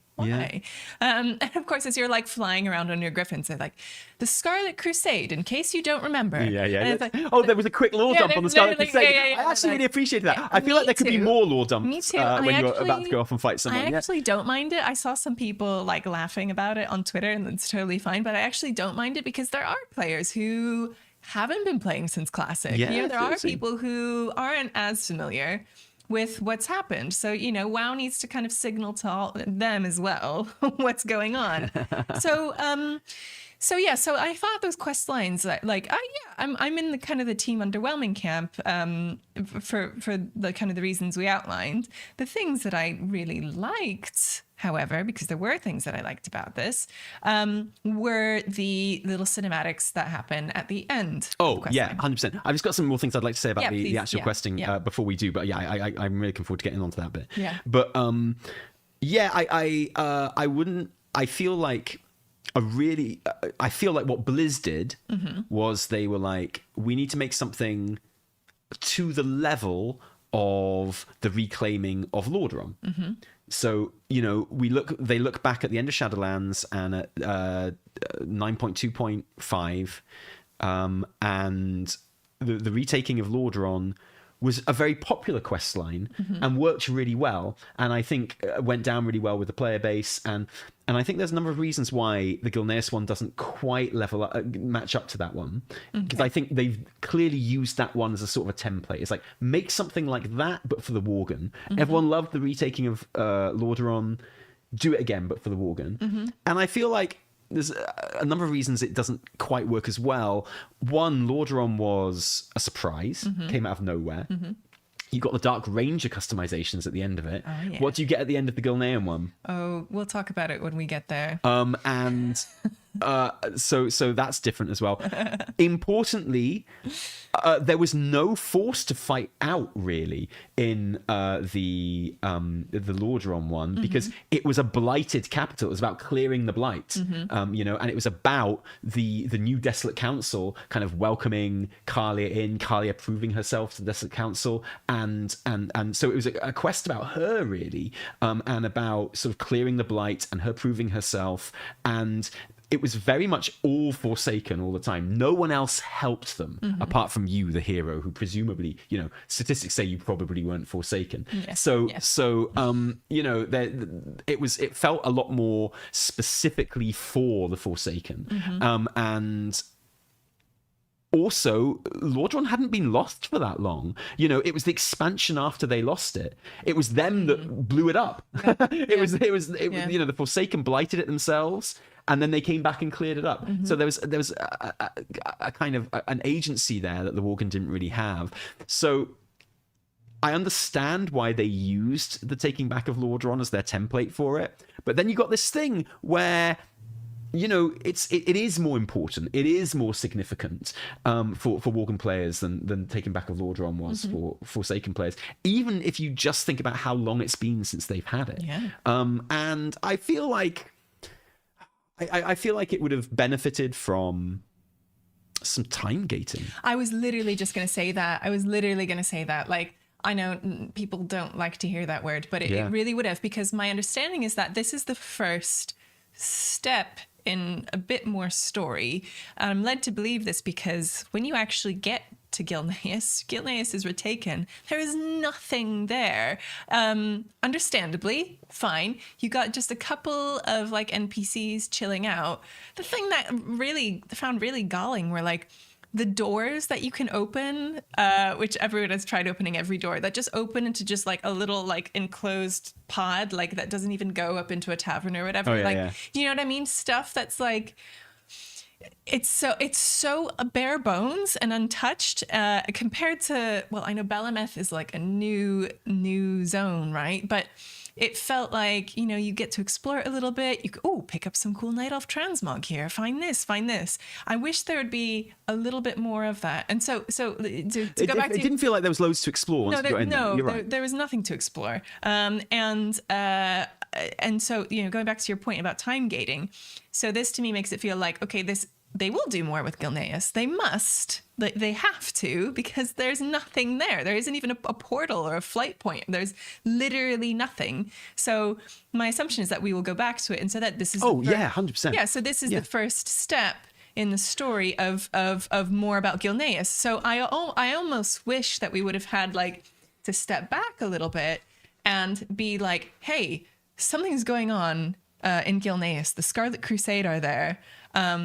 Let's take some time to formulate a plan. Like, let's take some time to see what, you know, lore dump, chatting to everybody, making connections with Kalia and Lillian, you know, but not having the assault quite yet. So, yeah, with like a bit of time gating. I feel like, okay, I agree with you completely. Yeah. I'm okay with the city being kind of desolate and wrecked, basically, because like it's been in Forsaken hands for 10 years. Mm-hmm.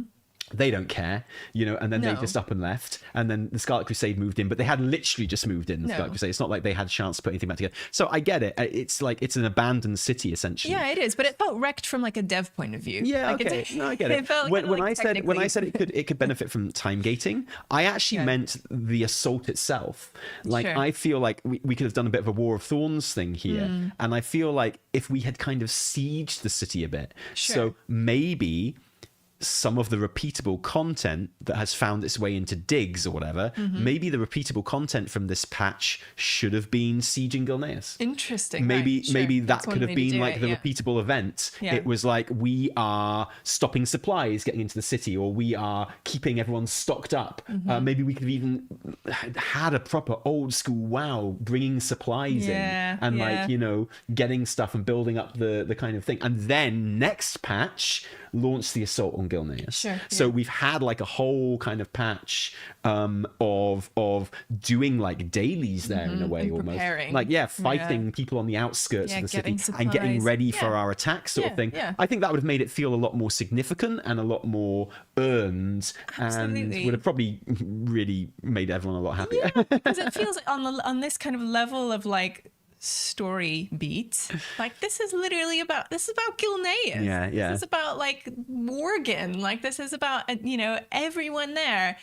I'm with you. I just feel, and I think that's a nice solution with the kind of the you know, the camping and the gathering supplies and getting recon and then sieging and attack, you know, it just felt so fast, and it felt it felt super quick. And like, yes, I think we are getting time gating on the kind of like the repopulating and the rebuilding of Gilneas. Yeah. Like, we mentioned the fact that there's... the way I read it, because I'm biased and because I've got this theory, is that, you know, I think there are lots of hints to player housing in Bel'ameth, but then there's that great line when Genn's walking around, he's like, there are so many empty homes here. Yeah.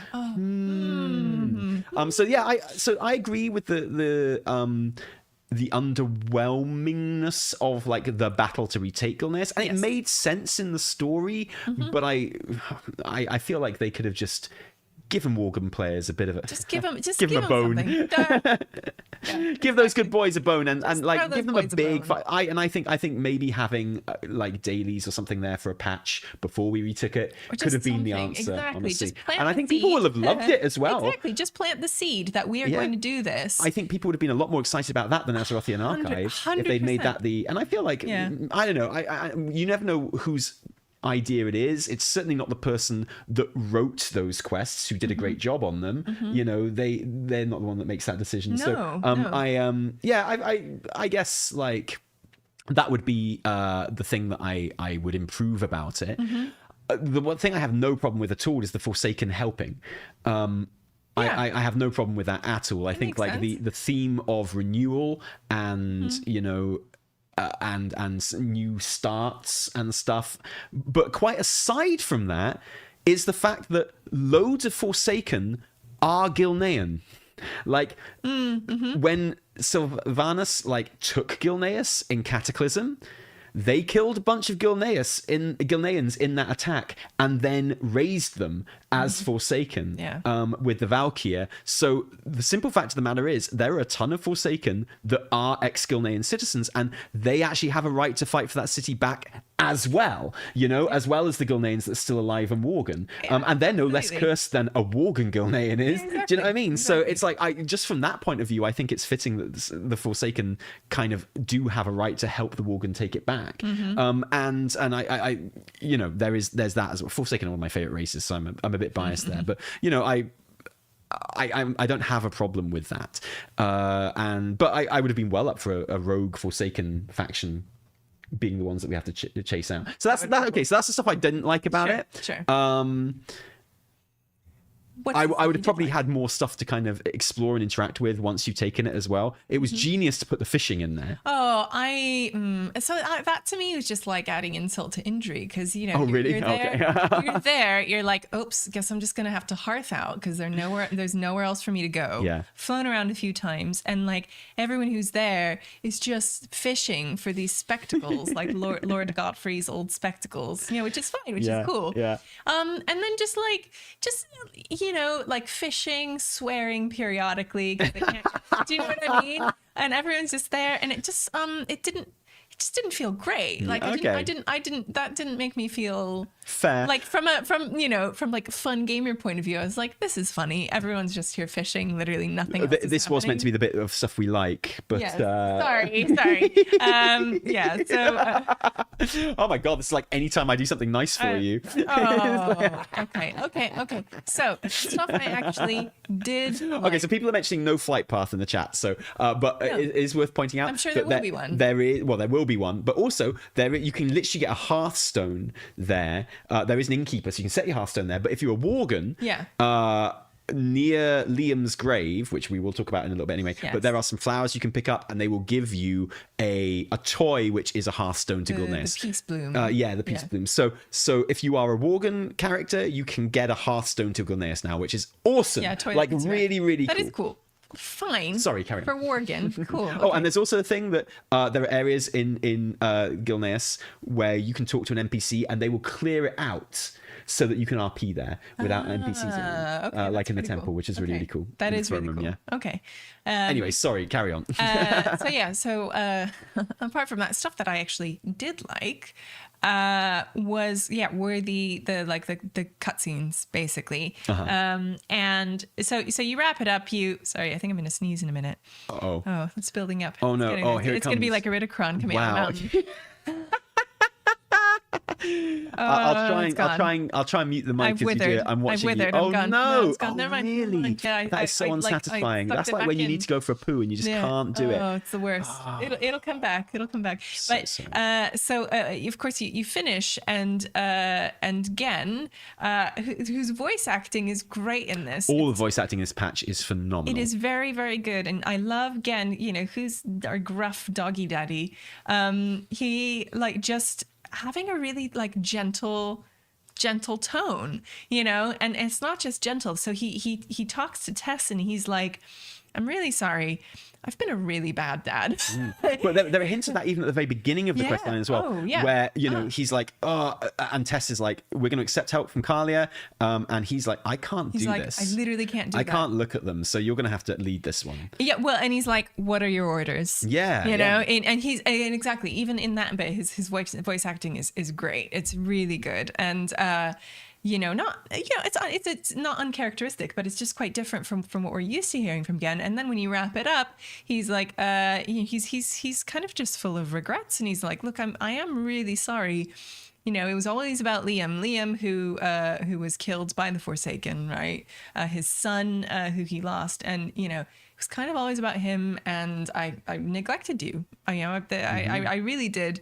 And let me make it up to you. Here are the keys to Gilneas. It's yours now. Yeah, and it's amazing. And you're so, like, oh. Yeah, and like, whereas I felt the actual the gameplay of taking back Gilneas was, I can understand why people would call it underwhelming. I'm not unsympathetic to that. You know, I'm not gonna, you know. It was fine for me, but like I say, I would improve it. I would have made it a much more involved thing. But something I can have no complaints about at all are the cutscene at the end, and in fact, all of the little scenes that play out at the end, sort of in the game as well. Really? Yeah. But that cutscene between Tess and Genn is incredible. It's well done. I think it's probably my favorite bit of the entire patch, in fact. It delivers so much. Like, kind of like, you know, like the previous scene with Tyrande and Malfurion. This one, you know, uses words. But and Tess's voice acting in that scene? Great. Exquisite. And it just delivers like every line, like nothing is a throwaway. There's no like, here I am, behold me. Like every line delivers something about Tess or about Genn or about their relationship. And it's lovely. It's really good. And he's like, you always saw through me. You know, you saw my pain, how much, you know, it's so good. I was super, oh yeah.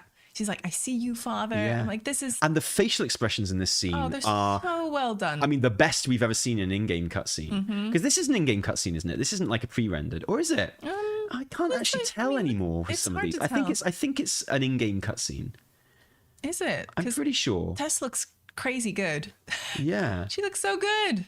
I think so. I can't quite work it out. It looks not quite good enough to be a pre-rendered, but then... I think maybe a kind of weird mix of both, maybe. Yeah, I don't know. But either way, like the expressions and the kind of the just delivery through kind of body language and stuff is wild. It's absolutely crazy. It's so for well WoW. done. They've like made progress in leaps and bounds in storytelling through these and scenes. so good to see Tess's model getting some love as well in a high res thing like this. No, it is. It's not pre-rendered. It is an in-game cutscene. Yeah. In which case, it's phenomenal. Like probably the best one they've ever done. I'd be interested to hear from a dev about that if anyone wants to let me in on it and tell me. Yeah. But I adore it. I think it's fantastic. And then the scene directly after it, where Genn goes to Liam's grave as well. So good. So after that, he's like, I'm going to be over here for a bit. You go over, and he's at Liam's grave, and he just delivers like a little monologue, you know, talking to Liam, and you know, he's like dishing his regrets. And again, it is really, really beautifully written and really, really well done, and genuinely so as well. Genuinely, I say that like it was just delivered really beautifully. Encapsulates kind of Genn's sense of like regret and loss and sadness, but how he sees this kind of like glimmer of hope in Tess, and you know, he sees her now, right, and is like proud of her, and it's heck yeah, I loved it. I loved that bit too. I thought it was great. And again, you've got that theme of handing over the reins and, you know, Tess becoming the leader of the Gilneans, right? And so another handover of power now, another young character who we've seen kind of grow up to a certain degree, like we have with Maritha and Chandris. And okay, granted, those two are like... hundreds and thousands of years old, respectively. Sure. Yeah. But Tess is a human. She's got our kind of lifespan. And we've watched her grow up. We've seen her join the Uncrowned. Presumably she can't be in the Uncrowned anymore if she's going to be Queen of the Gilneans. Right. And she'll have to kind of like quietly leave that little organization. Or maybe she'll let them in. Maybe this is a whole new era for hereditary monarchy in Gilneas. Right, wouldn't that be an awesome thing? But this idea of, you know, the youth kind of stepping in and a fresh start, and not just bringing to an end the arc of the older characters that we've kind of been living with for the last 20 years in WoW, but very much putting aside their grievances and their pain and their problems, which is what happens with new generations. It's like, Genn hates the Forsaken. Genn hates this. Genn has this pain over this, but Genn's not in charge anymore. No. So there's a much more potentially optimistic kind of view coming, which I think is really important. And that's kind of how the cycle works in real life as well, to a large degree. A lot something really interesting about that. And of course, Tess is not a Worgen. No, exactly. Curse, right? Which again, some people were like, changes the whole vibe. Yeah, it does. And for, you know, some people were like, yo, like this isn't right. She has to be a Worgen. She's the leader of the Worgen. It's like, well, the Gilneans. She's the leader of the Gilneans, who are Worgen and, you know, not and human. And just like a Worgen was in charge of the Gilneans, and not all Gilneans were Worgen. Yeah, you know, it's like exactly. And it's just the other way around. In the Worgen like heritage quest, I think she has like, she's kind of confronted with, you know, the curse and like whether to take it or not, right? And she decides it's best not to, and so that just makes her like such a like much more interesting character, where she is looking after people who are like herself and different from herself. Yeah. And it's cool. I like it. I think it is really nice, and it feeds into this whole idea of like renewal, right? Yeah. Handing off to the next generation, handing off to someone who isn't like burdened by these like hatreds and regrets and, you know, conceptions of others. And Yeah. And I think that was all beautifully tied up with the little bit at the grave with Genn as well. I you know, and there's very much a sense of, I mean, he literally says, all these years, the lessons I have learned, the Alliance has always offered an outstretched hand. There are days it feels right, and days I wonder, what if I had not built that wall? I put a tweet out, I don't mean it's about me, right? But I put a tweet out, and before this quest line kind of went live, honestly, no one had played it. I didn't know what was going to happen there. But I was like, you know, the story of Gilneas as told in Warcraft didn't start with Cataclysm and the Forsaken taking it over. It begins with Genn building the wall and kind of shutting himself away from the rest of the Alliance and abandoning later on the humans in Lordaeron, not going to their aid when the Scourge came along. And yeah, sure, they all lived and maybe they'd have all died if they hadn't done that, but you don't know, do you? And you know, maybe that could have helped. And the fact that he didn't try and help at all and stayed kind of isolationist. And I was like, it's a pretty standard WoW kind of storyline forever of like the idea and how it was always sold at the time and in Cataclysm. It was never sold as a good thing. It was always sold as a bad thing that he was doing. And you know, isolationism has always been treated as a bad thing in Warcraft. You know, the Night Elves are isolationist when we first meet them, and they come out of being isolationist in Warcraft 3 and save the world. Right? It's them putting aside isolationism, which literally saves the world. And that's always been the thing in Warcraft. And there was a lot of comments on that tweet of mine, which were like, it's not about a wall anymore. You can't just say wall bad, you know, kind of cooperation good and stuff. That hasn't been the story of Gilneas since. And here we are, him kind of talking about how walls are bad and stuff. Like, obviously, it's the theme, right? And it's the big thing that has made all of this happen. And it's always been Genn's big weakness, his big flaw is the fact that he built a massive wall, and it ain't good to do that, dudes. Unless it's the wall of China, because that thing's awesome. Have you seen it? It's incredible.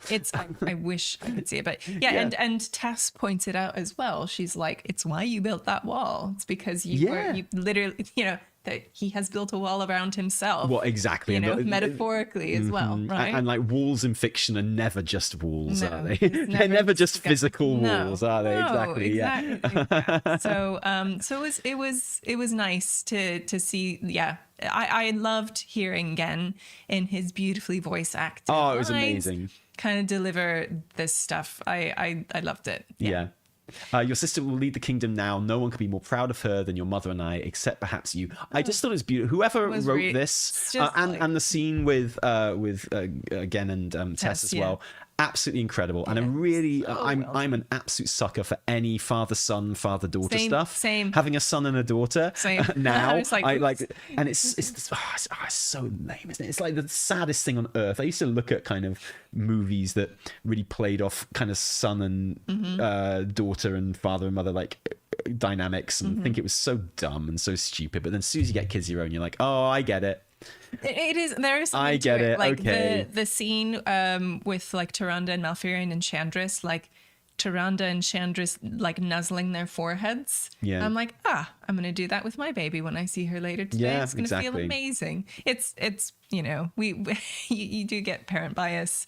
But I really considering how the quest line was a bit like these bits that we delivered. And so overall, I'm going to treat the Gilneas stuff as really good because, granted, like I say about the actual gameplay, I understand criticisms that it was underwhelming, and I'm sympathetic to those criticisms. I probably agree with them, but the actual kind of interactions and cutscenes and story beats that happened in it and around it and after it, I thought were phenomenal and like really beautiful and affected me and, you know, were everything that they should have been for me personally. And I love that. I love that. Agreed. Yeah, really cool. So overall, I really like the Gilneas stuff, but yeah, I agree with the criticisms.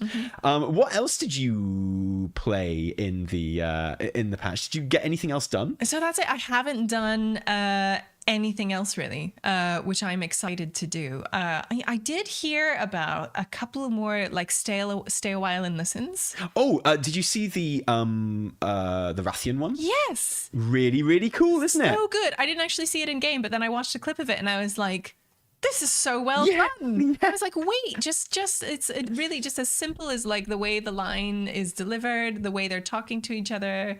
And again, and this is, I know, a recurring theme, right? But the voice acting, it's superb of Wrathion in that scene Wrathion is something else. So good. Let's see. Here it is. I've got it up on the screen now. It's and it's just great. It's so good, and the choreography of it as well. And this is like literally just to stay a while and listen, right? So it's just the in-game models doing their thing. Yeah. But I'm pretty sure they've given Sabellian some extra kind of torso swivels and stuff that don't exist in emotes otherwise. And they're doing great. And it kind of now. Okay, so I know a lot of people have been very disappointed with Wrathion in this expansion, including the person who I always turn to for Wrathion stuff, which is Mego, who does the art that you can see playing behind us right now if you're watching on YouTube. Because you know, she's a proper Wrathion stan and loves the character, and she's been pretty disappointed with Wrathion in Dragonflight a lot of the time, particularly in the last patch and what have you. But she loves this. She thinks this is great, and so that's good enough for me. But it just absolutely kind of explains where Wrathion is right now in terms, which I think. Okay, so I personally thought this. I thought that they have shown this in game. A lot of people really appreciate him saying it out loud. Yes, exactly. I think it's important. Sometimes you literally just have to put it in words and have a character say it. And I think this is one of those cases, especially when it's just delivered so well. Oh, yeah, exactly. And he and Sabellian just start walking. Like, I just love when they just start talking and they just start walking off to the side a bit together, which is just so like natural and like just naturally done. And the bit that you've pulled up here where he's like, I've often felt that I share more in common with mortals than with dragons and feared that I belong among neither. And it's like, okay, that's the essence. He's the in-between, right? He is the in-between. He can't just be dragon aspect, because that's not really what he is. He's he has been hanging out with mortals more than most people, and that's what he is. He is like this in between man of act. He's a street cop. You can't put this guy behind a desk. He's got to be out there on the streets doing the rounds, on the beat. Yeah. I'm a street judge. Yeah, totally. I thought that here in the land of my ancestors, I'd find something I was lacking. That by becoming an aspect, I could prove who and what I truly am, if not to the world, then at least to myself.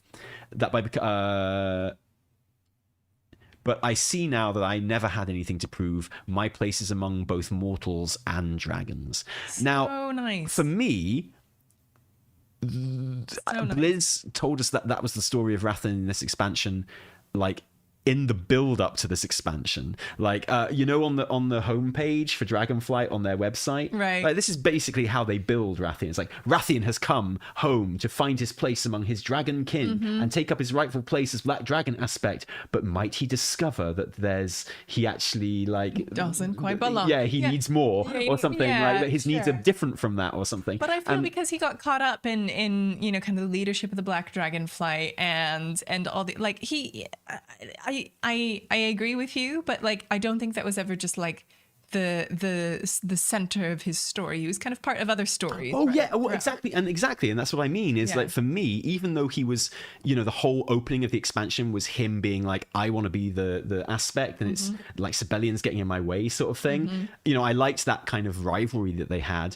but I think it was always clear for me that Wrathion was not meant to be aspect. No. And that. It wasn't the writers doing him dirty. It was that he had more to him than that, and he couldn't be confined by being an aspect. Yeah. And then, because in another Stay a While and Listen, you see the flip side of this. Okay, so you see Kaligos talking with Khadgar, and Kaligos is like, I'm aspect now, so I can't be in the Council of the Sixth anymore. And he actually has to give up his other thing to be aspect, which is, this. It's not a mistake that both of these Stay a While and Listens are in the same, within yards of each other in this patch. It's that it's showing you the limitations that are put on you when you're made aspect, and the things that Kaligos is having to give up, and he's not going to get to hang around in Dalaran being in the Council of Six anymore, hang out with Khadgar and doing cool magic stuff anymore. He's an aspect. He's got those, and so we are shown what Wrathion would be giving up, and he realizes that now. And I think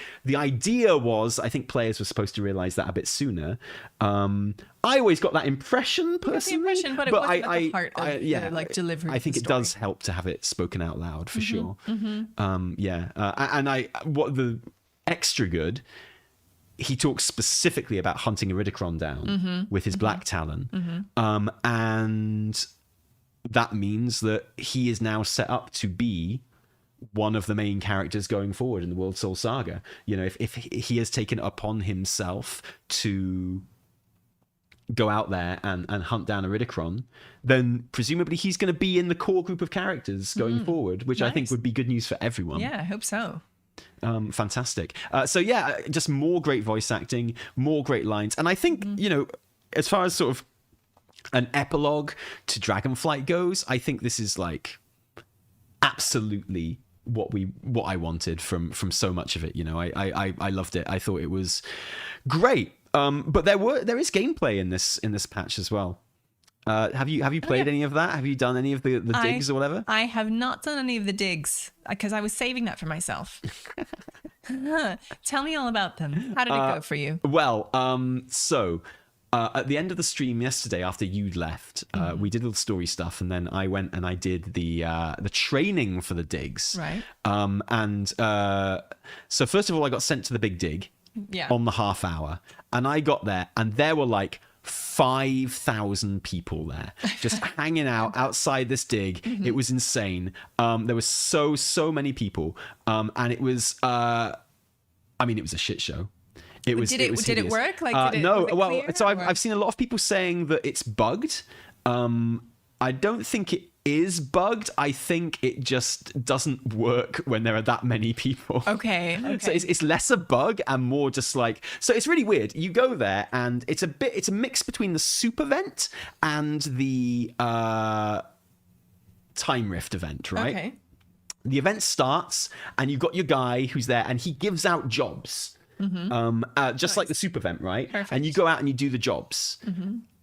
Now, I'd only ever done this event on the PTR before, and, you know, obviously I was getting given job after job after job after job, so it felt like time rifts, where you're always going around doing a different little kind of mini-game sort of thing. Nice, okay.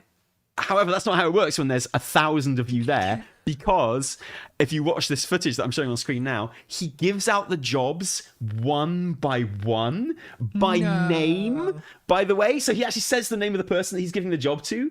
Which is really fun, It is cool. unless there's 100 of you there, because you're like, we're never going to get through everyone. This is insane. This is wild. So you can start. I did like one job in the entire event when there were this many people there. Now, obviously, this many people there will be incredibly unusual. This was like one of the first kind of digs after the servers went up when this patch launched, right? So, but there are kind of little mounds that you can dig while you're waiting for a job, and they give currency and stuff, and they fill up this bar which rewards you with more currency at the end, just like time rifts and the super bloom and stuff like that. But again, when there's thousands of you there, you can't see the mound that you're supposed to be digging, and you can't click on it. So that's not very helpful either. But having said that, it's still exciting. It's still exciting that there's so many people in the place doing stuff and what have you. I love seeing people doing stuff. And so that's the thing. There's a weekly quest that gives you a big chunk of experience and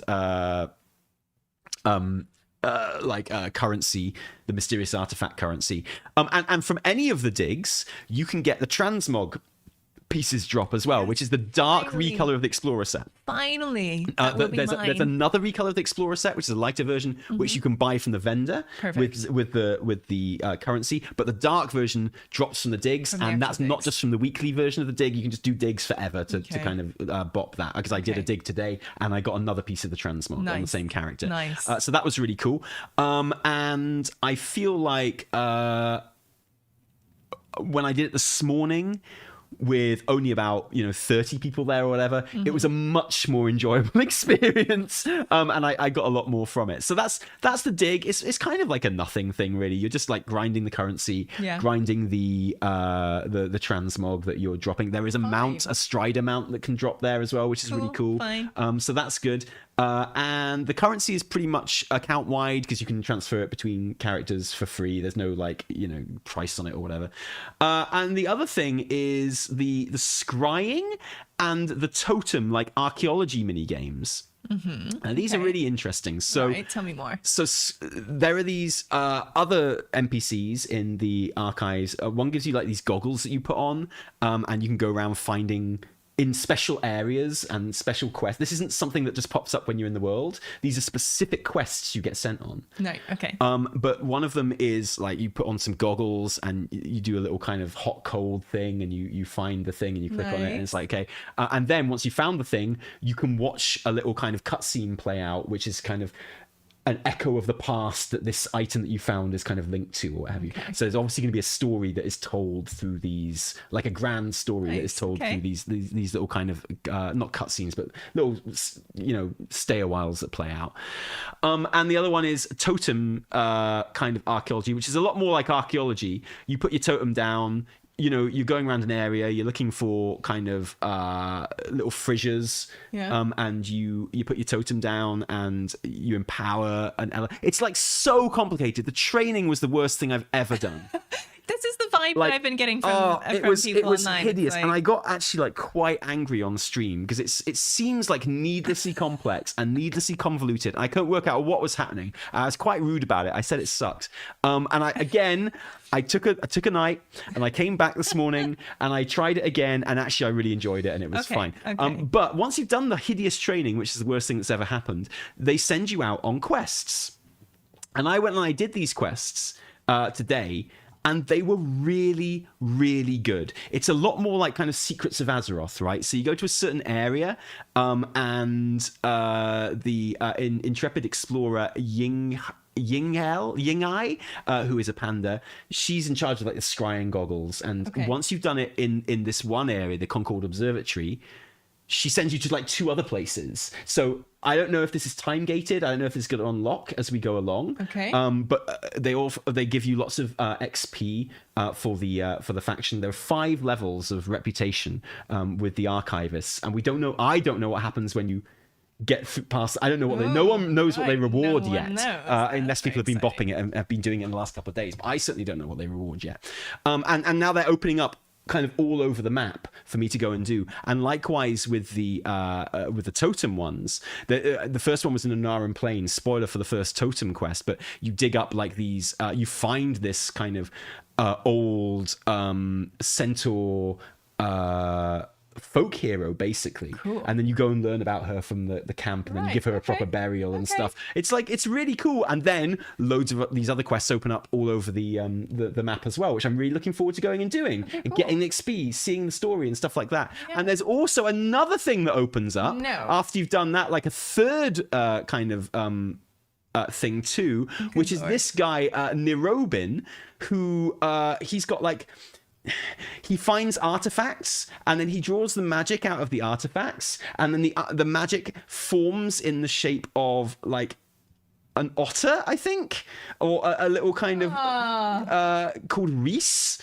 this little ghost kind of squirrel thing. It's a squirrel, yeah. Adorable. And he runs around and separates into many little squirrels, and you have to go and like collect the squirrels, and then you go back and you fill in like you fill in the history of. There's a whole other storyline going on there as well.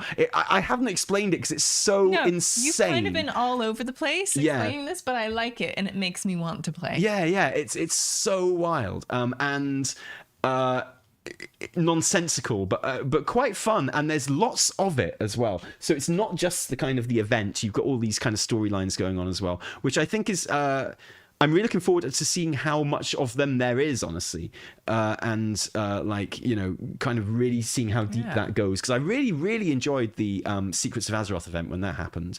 I waited until the final week before I got round to doing that, so I did them all at once one afternoon, and I just really enjoyed it, and it kind of reminds me of that. So yeah, I'm actually quite hopeful about the Azeroth archives now. I think there might be some good story involved with it. I hope so. Yeah, can't wait to play that. I'm going to play that like literally once we finish this. Oh yeah, that'd be fantastic. Well, I'll make sure you've got enough time to. Yeah, I think you should. Yeah, I think. I think you should. I think it's really fun. Be warned, the training is an absolute ball ache, and I'm sure we can find some excellent shit show comments about the training, because it's very bad. But this is much better. This is now I'm really into it, and I'm actually quite looking forward to taking it up again and doing. And of course, the Outland Cup, which is incredible. I love that stuff. The races in the Outland Cup are insane. Like, they're so long. I was asking myself the question. It's like, obviously the Outland has got significantly less zones than the Eastern Kingdom or Kalimdor. So how's that going to represent in the races? And the answer is they just made the races really long. There's 2 races in Netherstorm, or in what's the Nether zone in Outland? There's 2 races in the Netherstorm, and one of them is so long that I got a gold in this race, but as I was doing it, the dragon riding music ran out and it went back to the zone music. Okay, that's incredible. Like, it's like an actual marathon. It's insane. It's so long that I think I finished the race 20 seconds ahead of like the gold race time, because it's possible to do that like the longer the race is, right? It was absolutely wild. And then there's this other one, the other one in the Netherstorm is really good and goes to like Netherguard Keep and stuff like that. It's really exciting and like really cool. But then there's one in Hellfire Peninsula, which when you do it the reverse course, it would be very unlucky if this happened, but it's definitely possible because there's a hoop right by the dark portal. It's right by the dark portal, and it wouldn't be impossible if you just lost a bit of control at that point to actually halfway through the race fly through the dark portal. I didn't check if it was possible because I didn't want the ball ache of getting back to Outland to complete this race, but now I've completed the race there. I've only got like 3 races to do in the whole of the Outland Cup, and when I've done it, I will definitely be going back and trying that course in reverse again to see if you can actually go go through the dark portal, because I had a couple of near misses. I was like, whoa, hang on, what? And then I did that in the Emerald Dream. Like, it's pretty much guaranteed that it's going to happen to me out there. I cannot wait to go through the wrong portal. I cannot wait. But look, I mean, my favorite thing was just like, even when you were zooming around in Outland Cup, when I came up, like, just sitting and listening to the music in Outland. Like, I love an excuse, like getting back to Gilneas, listening to that Gilnean music. Yeah, dude, that is the good stuff. Yeah. And that has been my favorite thing about the dragon riding cups in the old world so far. It was the same with Eastern Kingdoms and Kalimdor as well. You are flying from zone to zone. Much more fun in Outland, by the way, because of the fact we've got dragon riding now. Yeah. The Kalimdor Cup and the Eastern Kingdoms Cup was horrible because you were doing amazing dragon racing, going zoom, zoom, zoom, and then you had to fly to the next race, and it was like horrible swim flying, and you're like, oh no, this is the worst thing ever. It's like, I've just been doing a dragon riding race, and this is just rubbing it in how slow normal flying is. But now dragon riding is ever. Have you flown anywhere with dragon riding? Well, I mean, literally the best feeling I had in 10.2.5 was when we went to do the Gilneas quest, went to meet Genn in Stormwind, and I mounted, getting out of the mage tower, whatever you call it, and I could dragon ride to the docks, and that was insane. It was so fast. So great. Anyway, it's extra satisfying when you're Alliance as well, because you come out of the portal room and it's the mage tower, right? So you're high up already, and you just go zoom.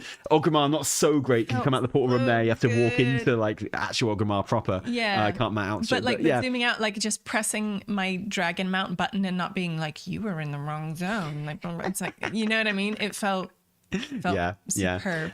Really, really great. So everything about 8.25 so far I love. Another exciting thing about 8.25 being out right now is that we can expect to hear finally what that pirate flag means for 10.2.6. That's the dream. I'd expect to start hearing about that next week. Yeah. 2 weeks from now, absolute maximum, because it's going to come out in 8 or 9 weeks, that patch. So, it's crazy. I gotta know. Mate, 2024 is going to be like one of the best years for WoW ever. This is my prediction. It feels pretty good. We are still keeping up this excellent flow of content from Dragonflight. I think the epilogues were fantastic. We've now got 0.26, 0.27 as well, and then the pre-patch 2 to all lead into the story of War Within. And the fact that we're already getting stuff leading into the story of War Within now is amazing. Like, we don't usually get that. No, we don't. Usually the story of the next expansion, it just starts when a portal appears somewhere. Which is fine. At day one of the expansion. It's like, let's go. Yeah, no, this is really good. I really appreciate what they're doing here, and like, long may that last. Yeah, fantastic. Like, super, super exciting. And then the War Within looks great. I cannot wait to find out what more secrets we have to learn about before the War Within even comes out, because I think there's going to be loads. But let's go through our super chats really quickly before we end. I've forgotten how to see my super chats. And you just go up there. Or maybe you can read them all. Fan funding. Right, so we kick off with Rico saying hello and cheers. In response to what I smell like, it smells like seeds of renewal. Oh, exactly. Dude, Evie is definitely smelling of seeds of renewal right now. Definitely need a shower, Evie. No, it's fine. I'm joking. You smell lovely. From T, I like your RL Transmog, both of you. Thank you. Cozy court. Oh yeah, again, and I pity the fool that is only listening to this on the podcast, because we are both wearing the coziest white sweater. I'm wearing. I don't want to go on about it, right? I'm wearing a cashmere cable knit Ralph Lauren sweater that your mum bought me for Christmas. Mm-hmm. Pretty nice, isn't Merry it? Christmas, baby. Pretty happy with that one. And you're wearing, what is that? It's just a lovely cozy fleece. Just a fleece. Oh, very nice. Just a teddy fleece. Yeah, but they are the same shade of kind of like cream, both of our sweaters. So it does look like a bit like we've come as each other. But that's okay. It's fine. And Rico, again, do you think it's time to change WoW Transmog to separate slots from general gear? Like separate glasses, scarves, flower crowns, backpacks, and capes from each other. I don't think there's any. I don't need to, have separate transmog and like general gear slots as such. But I do think it would be nice to have a spectacle slot, perhaps. Yeah. I think that's what they mean. Yeah. So you can have multiple bits, multiple accessories. I think it's like it's accessories, isn't it? Yeah, it's, because nothing hurts more than putting on, say, a cool scarf, which is a headpiece, and then not being able to put on spectacles with it. Yeah. Right? Yeah. I get that. And then not being able to wear a hat with your spectacles. Yeah. Which the Worgen transmog thing gets around by having the monocle. You didn't touch on it because we'd already moved on to things we like, but I hated the transmog. It's shockingly bad. It is like literally spray painted on like little like frills and rosettes. It's like so the belt is really cool. It's got like I'm using the belt on a transmog. It's got like that frilly kind of rose thing going on. Yeah. The kind of shirt by itself is got potential. I'm sure you could use it for stuff. The shoulder pads are actually kind of cool. Shoulder pads are fine, maybe. If your character has short hair, bless you. If your character has short hair, then the top hat probably looks really good. Maybe with the monocle attached to it as well would be really, really cool. But like we live in a world now where we don't have to have painted on coats anymore, fam. We haven't had to have painted on coats since BFA. And like painted on frills. Yeah, on the like sleeves that transmog deserved a long coat, right? Someone on we Twitter live in that pointed world. out, There's no reason not to have that anymore. Yeah, that like it just looks like they have the wrong geo set for it because it looks like the boots should be 3D. You know what I mean? And it looks like things should be it looks like the sleeves should be a little puffy instead of just like sticking to your arms. So it literally I didn't even think about it after I mentioned it. Yeah, that's a horrific. But I guess if your character's got short hair, it might look quite good. Maybe. But that's the thing I want to see, Rico, more than anything. Before we get our spectacles slot, before we get our wrist watch slot or whatever, I just want hair when you wear your hat. I just want a hat not to chop off all of your hair. That's all I want. It's one day we'll get there, baby. I just want to wear a hat on my cool female characters and not have all my hair disappear. We've developed kiss tech. Next step, hat tech. Yeah. I swear to God, that would get the biggest cheer in the history of BlizzCon. If Chris Metzen came on and went, hey, you know what? I love wearing hats, but I don't love wearing hats in WoW. And I don't like wearing hats in WoW because it gets rid of my hair. I haven't got hair. I haven't had since I was 40. But now we introduce to you hat tech. It'd be so great. The place would go wild. Anyway, orc brows maybe. Yeah, exactly. That's the next thing. Yeah. If Blizz is unifying the Horde, this is from Zar with a huge super chat. Thank you very much, Zar. Like so kind of you. Currency. Oh, sorry, Zar. Okay. I take you back. Sorry, but D30X, you absolute legend. What's Zar? What is that? Good question. We've had Sar, we've had Zar, we've had Bin, and the South African Rand. Wow, South African Rand. That's awesome. Incredible. All across the world. D30X, if Blizz is unifying the Horde and Alliance through stories like this, Undead helping Worgen, what do you think the new greater evil might be? And what would the united faction be called? Horde Alliance? Horde Alliance. Yeah, you know it. Allied. No, it doesn't work. No, that's the thing. We're never going to have a unified faction. No. I don't think we are. We're going to work together like we always do, but we're always going to be Horde. Yeah, this whole no war in Warcraft thing and the whole, the factions are becoming friends and that goes against everything that WoW's about. It's like, dude, forget even WoW. From Warcraft, I'm not saying dude as in you, D30X, I'm just exclaiming. But from Warcraft 3, forget WoW, from Warcraft 3 onwards, how many of the big bads of the story have been the other faction? None. You had in Warcraft 3 it was Burning Legion stuff. In WoW it was, in vanilla WoW, there was no story really, but it was dragon stuff and Black Dragon stuff, and then Ragnaros, and then it was Illidan, and you could technically say that Kel'Thas was Blood Elf, but the Blood Elves were fighting him too, so it wasn't a faction thing again. And then you had Arthas, which it was again the factions coming together to fight the big bad, and then you had the Cataclysm, the factions were coming together to fight the big bad, and then you had Mr. Pandaria, which you could feasibly say maybe was a faction thing. I'll give you that one. And then it was WoD, where we were coming together to fight the big bad. And then it was Legion, where we were coming together to fight the big bad. And then it was BFA. Technically, you could say that's two. There's two. And then it was Shadowlands, where we came together to fight the big bad. And now in Dragonflight, we're coming together to fight the big bad. And in the World Soul Saga, we'll come together to fight the big bad. It's like, it's not anti-WoW to have the factions working together against the big bad. It's like literally what has always happened in WoW, except on very rare occasions. So yeah, I don't buy that it's this big betrayal of the whole kind of ethos of WoW. You know, maybe if you're a Warcraft 2 sort of diehard zealot, maybe then, but you know, even maybe. Then. there's always a greater evil to face. Yeah, exactly. And you know, there's no better reason than trying to kind of fight off the world-ending threat that is the whole world getting blown up by Iridikron just to spite the Titans, really, you know. So but yeah, the new greater evil at the moment is definitely Iridikron, and through Iridikron, whoever is using who doesn't really matter, but through Iridikron it'll be the Void. I got a feeling we're probably going to sort out the Void in the same way we sorted out the Legion in Midnight. And then, you know, Iridikron's plan will probably happen, and it will draw the Titans. And you know what? Maybe we'll end up fighting some Titans. I don't know. Who knows? Who knows? You know, I've got a feeling that in some sense, the Void and the Titans will be kind of put to bed by the end of the World Soul Saga, in the same way that Legion was by the end of Legion. You know? Well, I think that's the plan. Yeah, 100%. I think that's the idea. That's what I The last Titan. Yeah. Right. Just a lovely big old cheer from our boy Dragnossi. Thank you. And also, any sightings for player housing yet? Was Tally right? And damn YouTube for no shilling hippo on super chat. Oh, we got the first shilling hippo. It's beautiful. Look at him go. Oh yeah. Oh wow, that's incredible. Yeah. Wow, I love super chats. Wow, super chats are great. Same, yeah. Yes. So anyway. Player housing.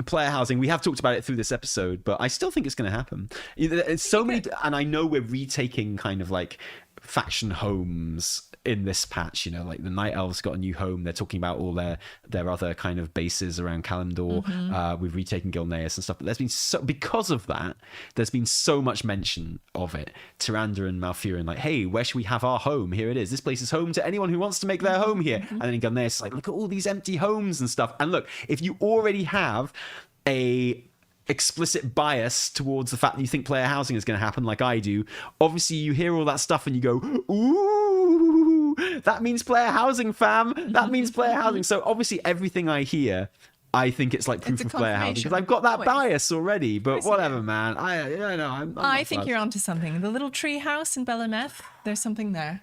Really? I was not expecting you to be on my side on this one. No, I just love that idea. It's so insane. Oh, so you're taking the stance that I am, of like, even though there's no evidence, just because you want it enough?